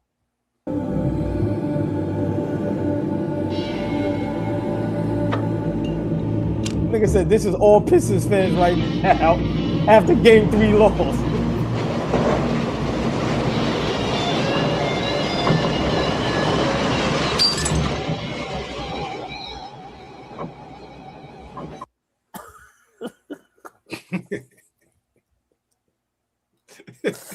Yo, man. Something wrong with us, man. Nigga said he Kendrick Lamar now. We gonna be all right. Listen. Oh, boy, what are your thoughts on the Pistons? Charles Barkley saying, "Hey, Jalen Durant, you got to step up. Like it's over." He's basically saying it's over. You got to wait for the summertime to go refine your game. He threw in the towel on the big dog, old ball. Where's and this is where you can tell the hate for the Knicks is insane. Shaq, where's all that smoke that you give KAT? Where's that smoke for Durant? Because if KAT played that bad, you can imagine what they would have been saying up there. Let me get right to it. Barkley and them don't watch the game. They probably never watched a full game yet. They're looking at the stats. They're saying that these guys are all-stars. They're seeing their numbers in the regular season, and they're basing it off of that. Flea said it a while ago. Who is going to be the second scorer for the Detroit Pistons? And if I'm the Orlando Magic, if Tobias Harris is going to be a second-best player, I love my odds winning this series. I'm going to say it again. If Tobias Harris is your second-best player / scorer, if I'm the Magic, I love my odds. I'm good. Exactly. And if I'm the Magic, that's what I'm playing to, right? So Barkley and them guys don't know what the hell they be talking about. They ain't going to break nothing down. They just going to look at numbers and look at a stat and go, he needs to score more. Well, have you been watching the game? How can he score more? He ain't no offensive threat. None. The Detroit Pistons is in trouble. And Pistons fans, stop ignoring it. We were in trouble with the Hawks down 2-1. That's called being in trouble. It's not all right. It's not okay if you're down 2-1 and you're the number 1 seed playing against a playing team. I don't care how good that roster is. They are a playing team. Shaq and Chuck need to start watching the games because y'all are legends, Hall of Famers, y'all are greats. We would love to hear one day break down the game instead of just going, play hard. I watched the stats and got to score more. Barbecue chicken. No, break something down. Charles Barkley. Durant needs to score more. Okay, where? How? Where? Right? So, people want to keep ignoring the Detroit Pistons fans, the Detroit Pistons team in trouble. When the Knicks were down 2-1, everyone celebrated. It was a party. It was the I told you so.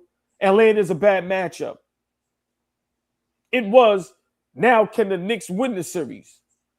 But if Detroit goes down 2-1, as my brother Flea would say, keep a cool booty, they'll be okay. No, they're not okay. They are in very big trouble. And they better be careful because they can go down 3-1. So for me, Barkley and them guys, man, at this point, they're just getting paid because they are legends. They ain't teaching the shit. They ain't saying nothing up there. They just reading stats. They just reading scores. And probably while the game is going on, them niggas on their phone playing solitary. We know who does that at live games. So, for me, I just love to see the Pistons fans act cool and act like ain't nothing wrong when y'all know damn well y'all are all in that room like Pookie, nervous, scared, smoking on all that Reggie, because you niggas have probably lost all your money betting on this series. So y'all ain't got no money to buy no za. Y'all niggas up there rolling up weed with seeds in it. Listen, man. Big shout out to Mo. Barney Rubble. The Pistons are in real big trouble. And if you're a basketball fan, especially a Pistons fan,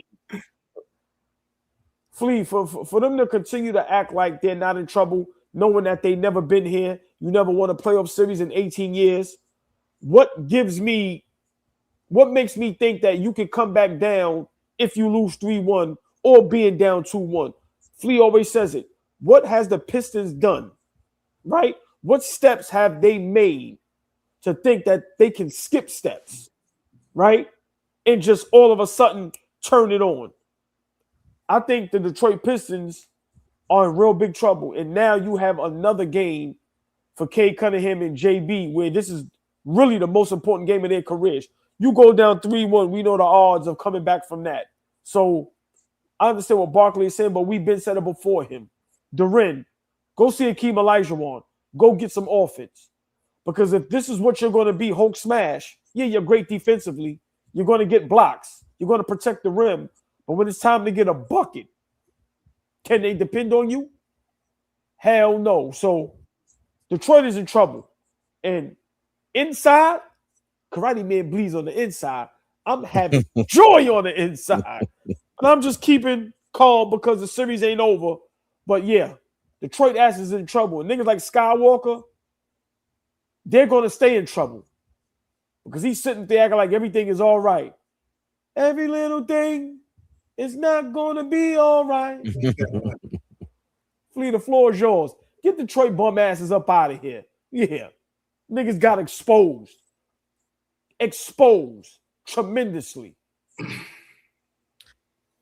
Flea.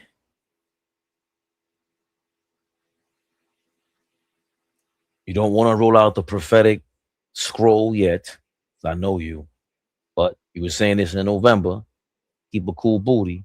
You've been saying it forever. It takes steps. Where are we at, though, with, Barkley's comments on Durant and the Detroit Pistons? I mean, it's the first time the Pistons been a number one seed with this team. This is the first time they got some real expectations.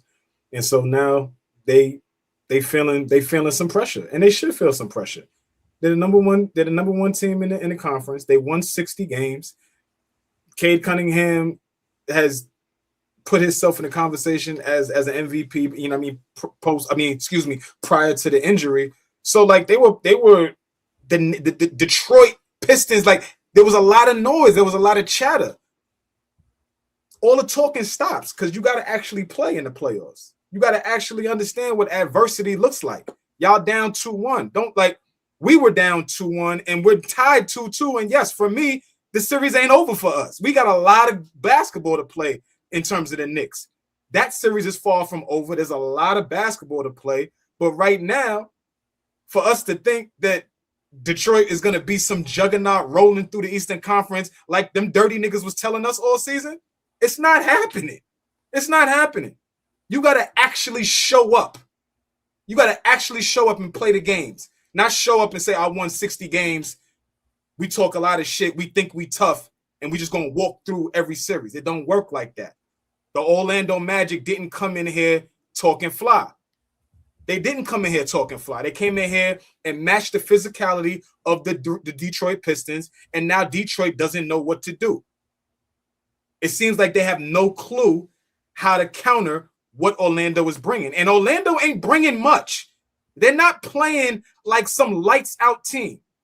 I disagree with OG. I think that they're more than a playing team. They were hurt, not healthy all season long. They finally got healthy. And for me, they're playing more like a 4, 5, 6 seed than a playing team. So Detroit Pistons, I hope y'all not looking at this team like how they crawled into the playoffs. Like, respect the team and who they are when all their horses is there. Just like y'all said last year, y'all didn't have Isaiah Stewart. Y'all wasn't healthy, so you couldn't beat the Knicks. Well, bum ass niggas, y'all are fully healthy. What the fuck are y'all doing right now? Y'all fully healthy. Ain't no excuses. What's the reason y'all are struggling with this team? Let's talk basketball. Fuck the banter. Why y'all struggling with them right now? If Orlando is not a good team and y'all not worried, where's the struggle coming from? The legit questions need to be asked about. Once Cade Cunningham is not scoring the basketball, then what? That's a legit question, not hate or dumb shit. That's a legit question. because Durant is struggling. Assault Thompson is not the scorer y'all thought. How much you going to get from Duncan Robinson on a night in, night out basis? If Tobias Harris is the nigga that we need to be afraid of, I'll roll into the gym every day with that. If I'm the Orlando Magic. So again, y'all have to reestablish that fear you niggas thought people had of y'all. Y'all got to reestablish it again. Because niggas ain't walking into the gym like, oh shit, we got Detroit tonight. We got our hands full. Niggas is walking into the gym saying, we got Detroit tonight. They might not be focused tonight. This is the first time for me I see y'all not focused on a night in, night out basis. All season long, it looked like y'all had laser focus. These first 3 games, it doesn't look like it. And that's why I was talking about steps and having expectations on you. Being the number 1 seed doesn't mean that the red carpet is rolled out for you niggas. Who are you niggas? A lot of you niggas are not haven't done nothing in the playoffs, have done nothing as NBA players, just coming into the playoffs and think, oh, we're gonna kick everybody's ass. It don't work like that. Has been the point that me and the panel has been trying to tell y'all for the longest. Yeah. So they should be very concerned about the Orlando Magic. Can they still win the series? Of course. Of course. It's a long series. But to act like, oh, this ain't shit and we could play with our food and we good enough to do that. The Knicks ain't good enough to play with our food. What the fuck make you niggas think y'all good enough to play with y'all food? Stop. And before Fabian go, let me make it clear. I still think Detroit is going to win the series. I just don't think it's going to go how people thought. And, you know, for me, I just never seen players have 2 good seasons and now they get to skip steps and be anointed the greatest basketball team we've ever seen in the past 15, 20 years, and they haven't won a playoff series. Let's be for real. Before these last season and this season, it was questions about Cade Cunningham being the number 1 overall pick. Can he stay healthy? Is he going to play up to his potential? Go ahead, Flea. I'm gonna ask y'all a question, and our Detroit watchers and supporters. Udoka threw the Houston Rockets kind of under the bus the other night.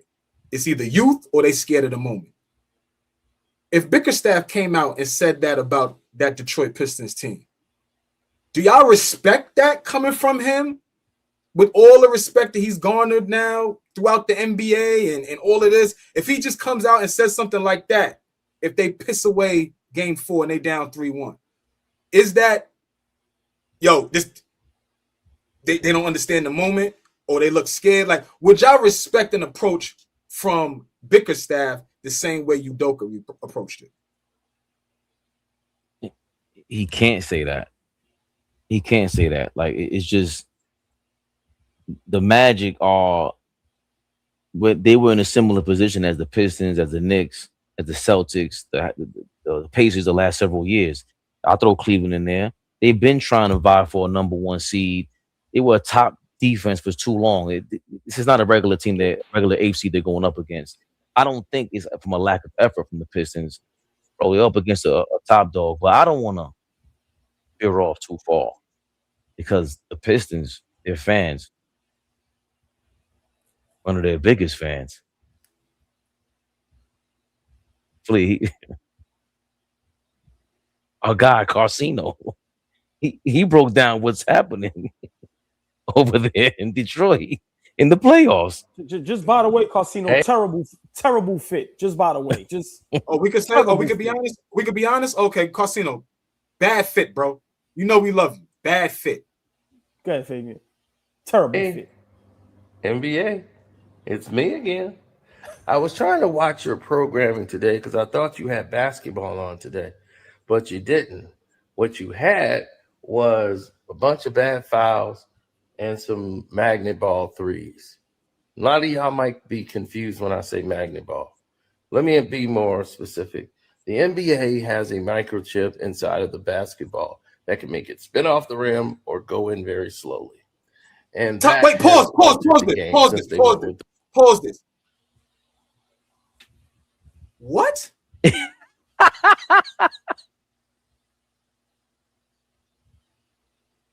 The NBA has hired Magneto. Wait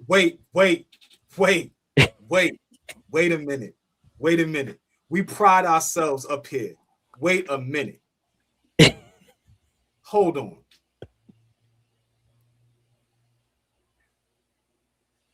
He has proof, Flea. No. Wait. We have a lot of fun up here. We have a ton of fun up here. What did he say? There's magnets in the balls that prevent shots going in, and the NBA can manipulate that at any point they want. Is that the gist of what he's saying? That's what he's saying, Flea, and he has proof. He said, Casino, you've gone too far, baby. We literally shot the bitch just now. He literally just shot her in the water. He literally just shot her. You've gone too far, baby. Gone too far, baby. Now, you might not know what that looked like, so let me give you an example of what it looks like. Here's an example. Paulo shoots a 3. See that? It slows the ball down so it can go in slow. Here's a real shot. Look how the ball goes through the red. See? See how the ball goes in? Very consistent with the speed of the basketball, right? Same individual takes the shot, right? Let's look at the ball. Speed, trajectory. Ray. Please, he's breaking it down, man. No. Yo, Pistons fans, this is the all-time low. Listen, man. No. Take a look. This is not like, no, at this point, now it goes in. If you could do all of this, go learn how to play. And it slow rolls and goes down. It slow rolls, Flea. Here's another one. Here we go.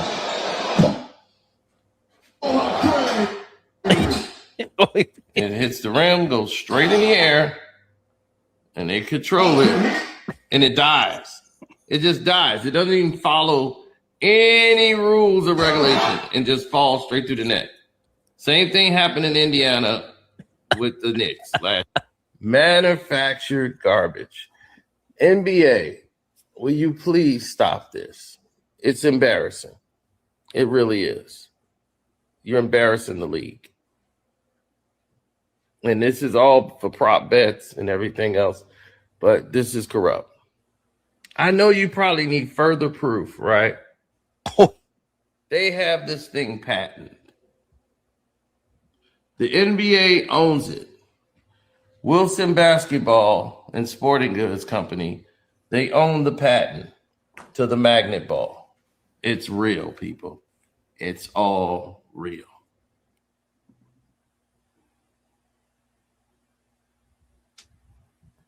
That's what happened with Tyrese Halliburton against us last year. Casino, I feel your pain, my brother. When I lose, I'm a sore loser. Right? Listen, when I lose, the earth is in shambles. Take your L like a man, bro. Y'all underestimated the Orlando Magic. Your Detroit Pistons team isn't as good as everybody makes them out to be. We've broke it down beautifully. I've said it how many times? Line up these rosters side by side. After you get past Kay Cunningham, tell me where that roster is better than Orlando Magic. And I'm talking starting 5 and the bench. Magnet ball or no magnet ball. The Orlando Magic are not allowing y'all to bully them. They're just as big and physical, and they're not going for it. They're not going for it. So, listen, Casino, just admit y'all ain't that good. And y'all are now in the Knicks position a couple days ago. You're down 2-1. What are you going to do to get back in this series? What's the game plan? Flea said it all the time. Who's going to be your second best scorer? I'm going to leave with this. I said it the other day and everybody laughed at me. Paolo Banchero became Cade Cunningham for the Orlando Magic. What I mean by that, he orchestrated the offense, got everybody involved. Cade Cunningham turned into one man, one band, one sound. That's the series. So listen, magnet ball or no magnet ball, my brother, get the job done. You are the number 1 seed, 60 wins. All of you think Cade Cunningham is the best player in the NBA. Y'all have this high praise for Durant and Stewart. Yes, good defenders. Y'all love Jenkins and them guys coming off the bench. Get the job done and flee. When your starting shooting guard is Duncan Robinson, you have no chance. That's the problem. But listen, I ain't gonna allow you to get away with that. You niggas is underachieving, and the Orlando Magic is kicking y'all ass, and y'all don't know how to deal with it. Because if y'all was up 2-1 or if y'all was up 3-0, like everybody expected it to be, it would be no magnet basketball talk. It would be none of this. It would be trolling. It would be out of control. It would be disrespecting the Knicks. It would be going crazy at us. No. Get the job done, my brother. You are number 1 seed, and you are struggling against a playing team. We understand Orlando Magic ain't really a playing team, but literally, they were a playing team. No excuses. Pistons fans. Y'all niggas are shaky. Y'all niggas start talking Einstein and all that. Y'all niggas is crazy out here. He turned into Steve Jobs.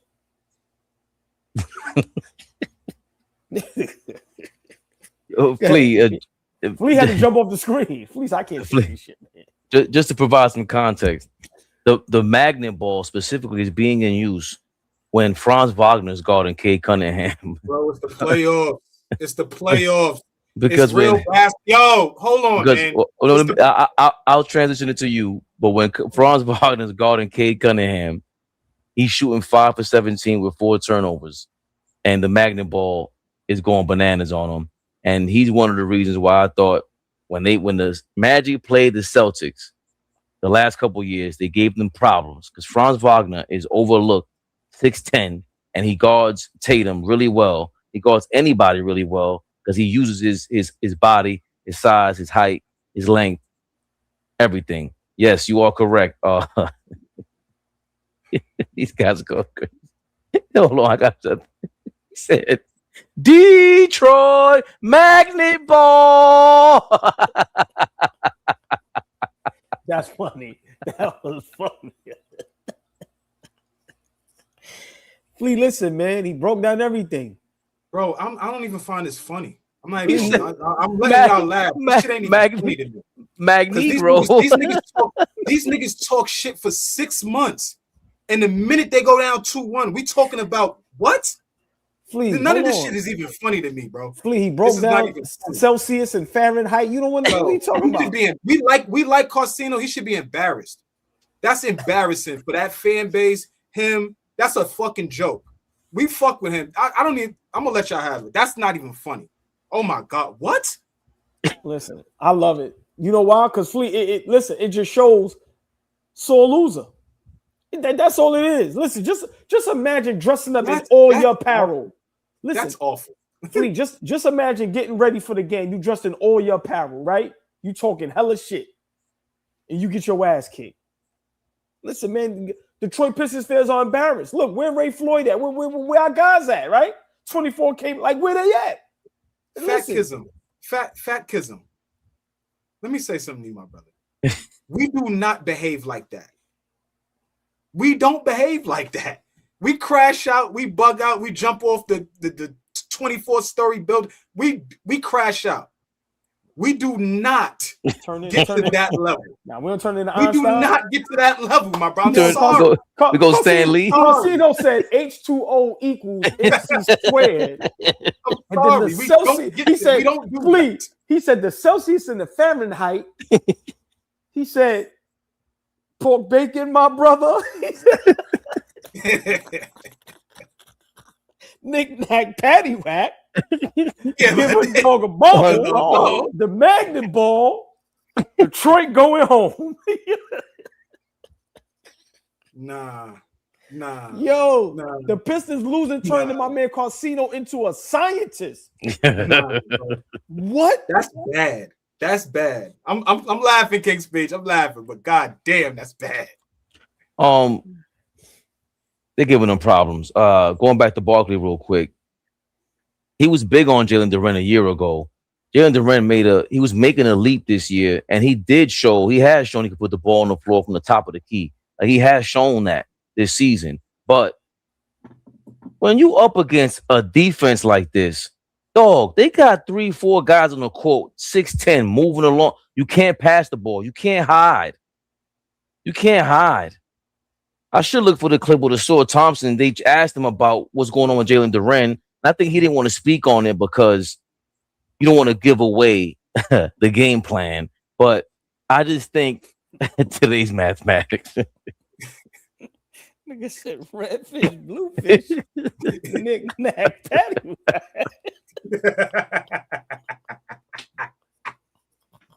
That's bad, man. He's like, the Pistons are in trouble. Yeah, I wouldn't put money on them. Like, it's not guaranteed. This is a really great defense. Dennis Jenkins is averaging 5 points. He's shooting 29% from the field, 22% from three. And they said that was the second scorer, Fabian. They said, when the playoffs come, you better watch out for Dennis. Better watch out for Jenkins. It's and you know, the TNT crew, they were saying that, you know, you got Suggs going off, Franz going off, and they're a different team now than they were a week ago. It's a different team with the Magic, and it's not surprising when they're motivated. They spanked us earlier this year. Like, they're a problem for us. Don't get it twisted. Just because they beat Detroit does not mean the Celtics do not want to see them. They might go 6-7 games with them. That's how they're built. But we go on conspiracy theories. Listen, I'm the biggest conspiracy theory up here. You can't possibly want the number one seed to lose like this. There was too much hype behind them. Detroit, they talk about them on ESPN from time to time. Probably not enough. Cade is an MVP candidate. You don't want that. He's clearly pointed this out after game one. You see how tired he was? Look, all those shots that are short. I guess they pulled back on the magnet ball button when Cade was shooting these shots late in the game. Nah, dog, you got to shoot 30 shots a game because nobody else can really create for themselves over there. It's as simple as that. It takes steps, and you just happen to run into this 8th seed that's not really your 8th seed. That's just bottom line. That's just what it is, Flea. Like, we can't act like that's not the reality of it. We can say that they're a playing team. They did work their way into that, but I've been big on the Magic, so I'm not gonna just say that they're losing to a bum ass team. Nah, Flea, the Magic are real. So I'm gonna just say this. I've never seen someone lose and turn into Neil. What's his name? This nigga turned into Neil deGrasse, bro. Yo. This is Carsino after the Detroit Pistons lost. Describe to you an extraordinary fact about water and why we're alive today. Okay, let's take a lake that has fish.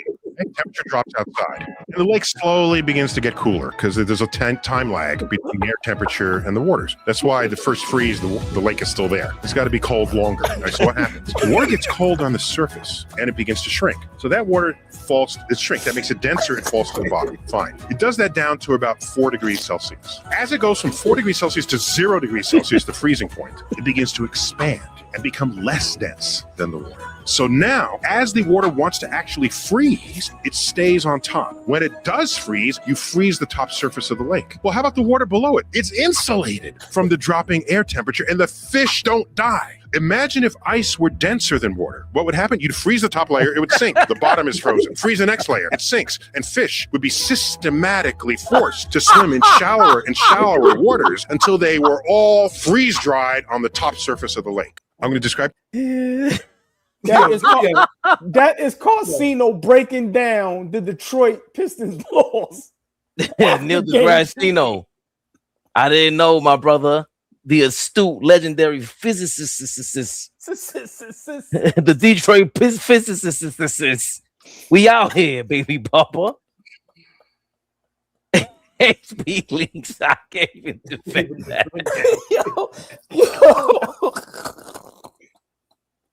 Oh my God. Oh. Hold on. Mo said, hold on. Play Casino again back to back. I want to see that real quick. Yeah, you're right. I was trying to watch your programming today because I thought you had basketball on today, but you didn't. What you had was a bunch of bad fouls and some magnet ball threes. A lot of y'all might be confused when I say magnet ball. Let me be more specific. The NBA has a microchip inside of the basketball that can make it spin off the rim or go in very slowly. And that has altered the game since they went with the Wilson basketball. You gonna make me sit through this again? Neil deGrasse. Man, don't play with him. He got 3 degrees in magnet ball. Yo, this guy's amazing. Magnet ball. What you major in? Magnetism. Magnismo. What is going on out here, man? Whoo. Pistons fans. Yes. Got you, niggas. Oh, that was good. And that music behind Neil deGrasse. We gotta put the music behind cars. They said, Fabian, you're good. You're really good, brother. Nah, I'm not that good. This is new levels of niggas, I'm not that good. I can't break down Celsius and Celsius. I'm cool. I don't know what the nigga said. The nigga said magnet balls. They had a presentation. Yo, man. See you niggas tomorrow. We hate watching these niggas. Oh yeah. Yeah. We hate watching these scientists. Oh yeah. The fuck out of here. Like, hey, Flea, you might learn something.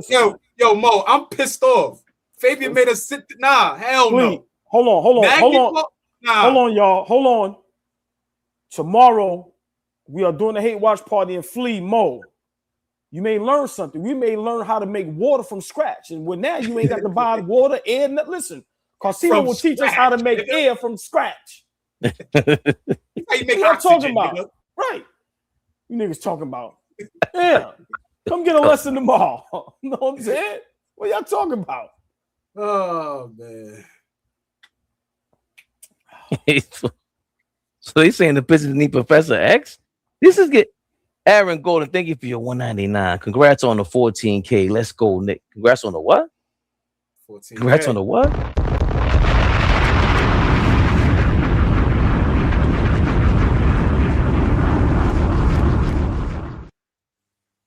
Get serious. Get serious.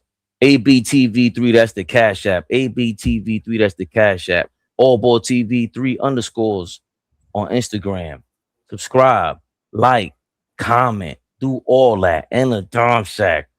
Let a paper at Marcus Warren. He said, I'm dead. Son from Brooklyn. I gotta do it again. Detroit Magnet Ball. Yo, Jalen Rose, you ain't got nothing to worry about. It ain't your fault, brother. No Straight says time for the aluminum fitted hat, man. I ain't got it in me. But maybe if I had Adam Silver's technology, I could have grabbed the aluminum fitted real quick with that magnetism, Flea. Spent way too much time on magnet ball. I'm sorry. I'll be the stick in the mud. Too much time on magnet ball? That nigga made a presentation. PowerPoint. Listen, man. That's what happens when you lose. You I hope these now. I'm a basketball fan, so I definitely wanted to see Detroit advance. I hope you niggas lose now. Listen, Pistons fans, you lose and you find your inner genius. Listen, he would have never became a scientist if the Pistons didn't lose. So kudos, man. Nah. Y'all better clip this. I'm getting Cino on this. That was at the 2-hour mark. If Flea wants to, he would never want to talk about this again. But I'll be glad to join him. In my life. In my life, I never want to hear that shit again in my life. That was a new low, Carsino. A new low. Great work, but that was. Oh man. Not again. Yep. You back at it. Tomorrow, hate watch. Pistons. This might be a party though. This might be a watch party. Tomorrow, 8 o'clock, live watch party. Hate watch party. Right? Game 4. Pistons down 2-1. Orlando. When the Orlando Magic lose, someone else gets magic powers. Watch this. Let's see if I can end the show with magic.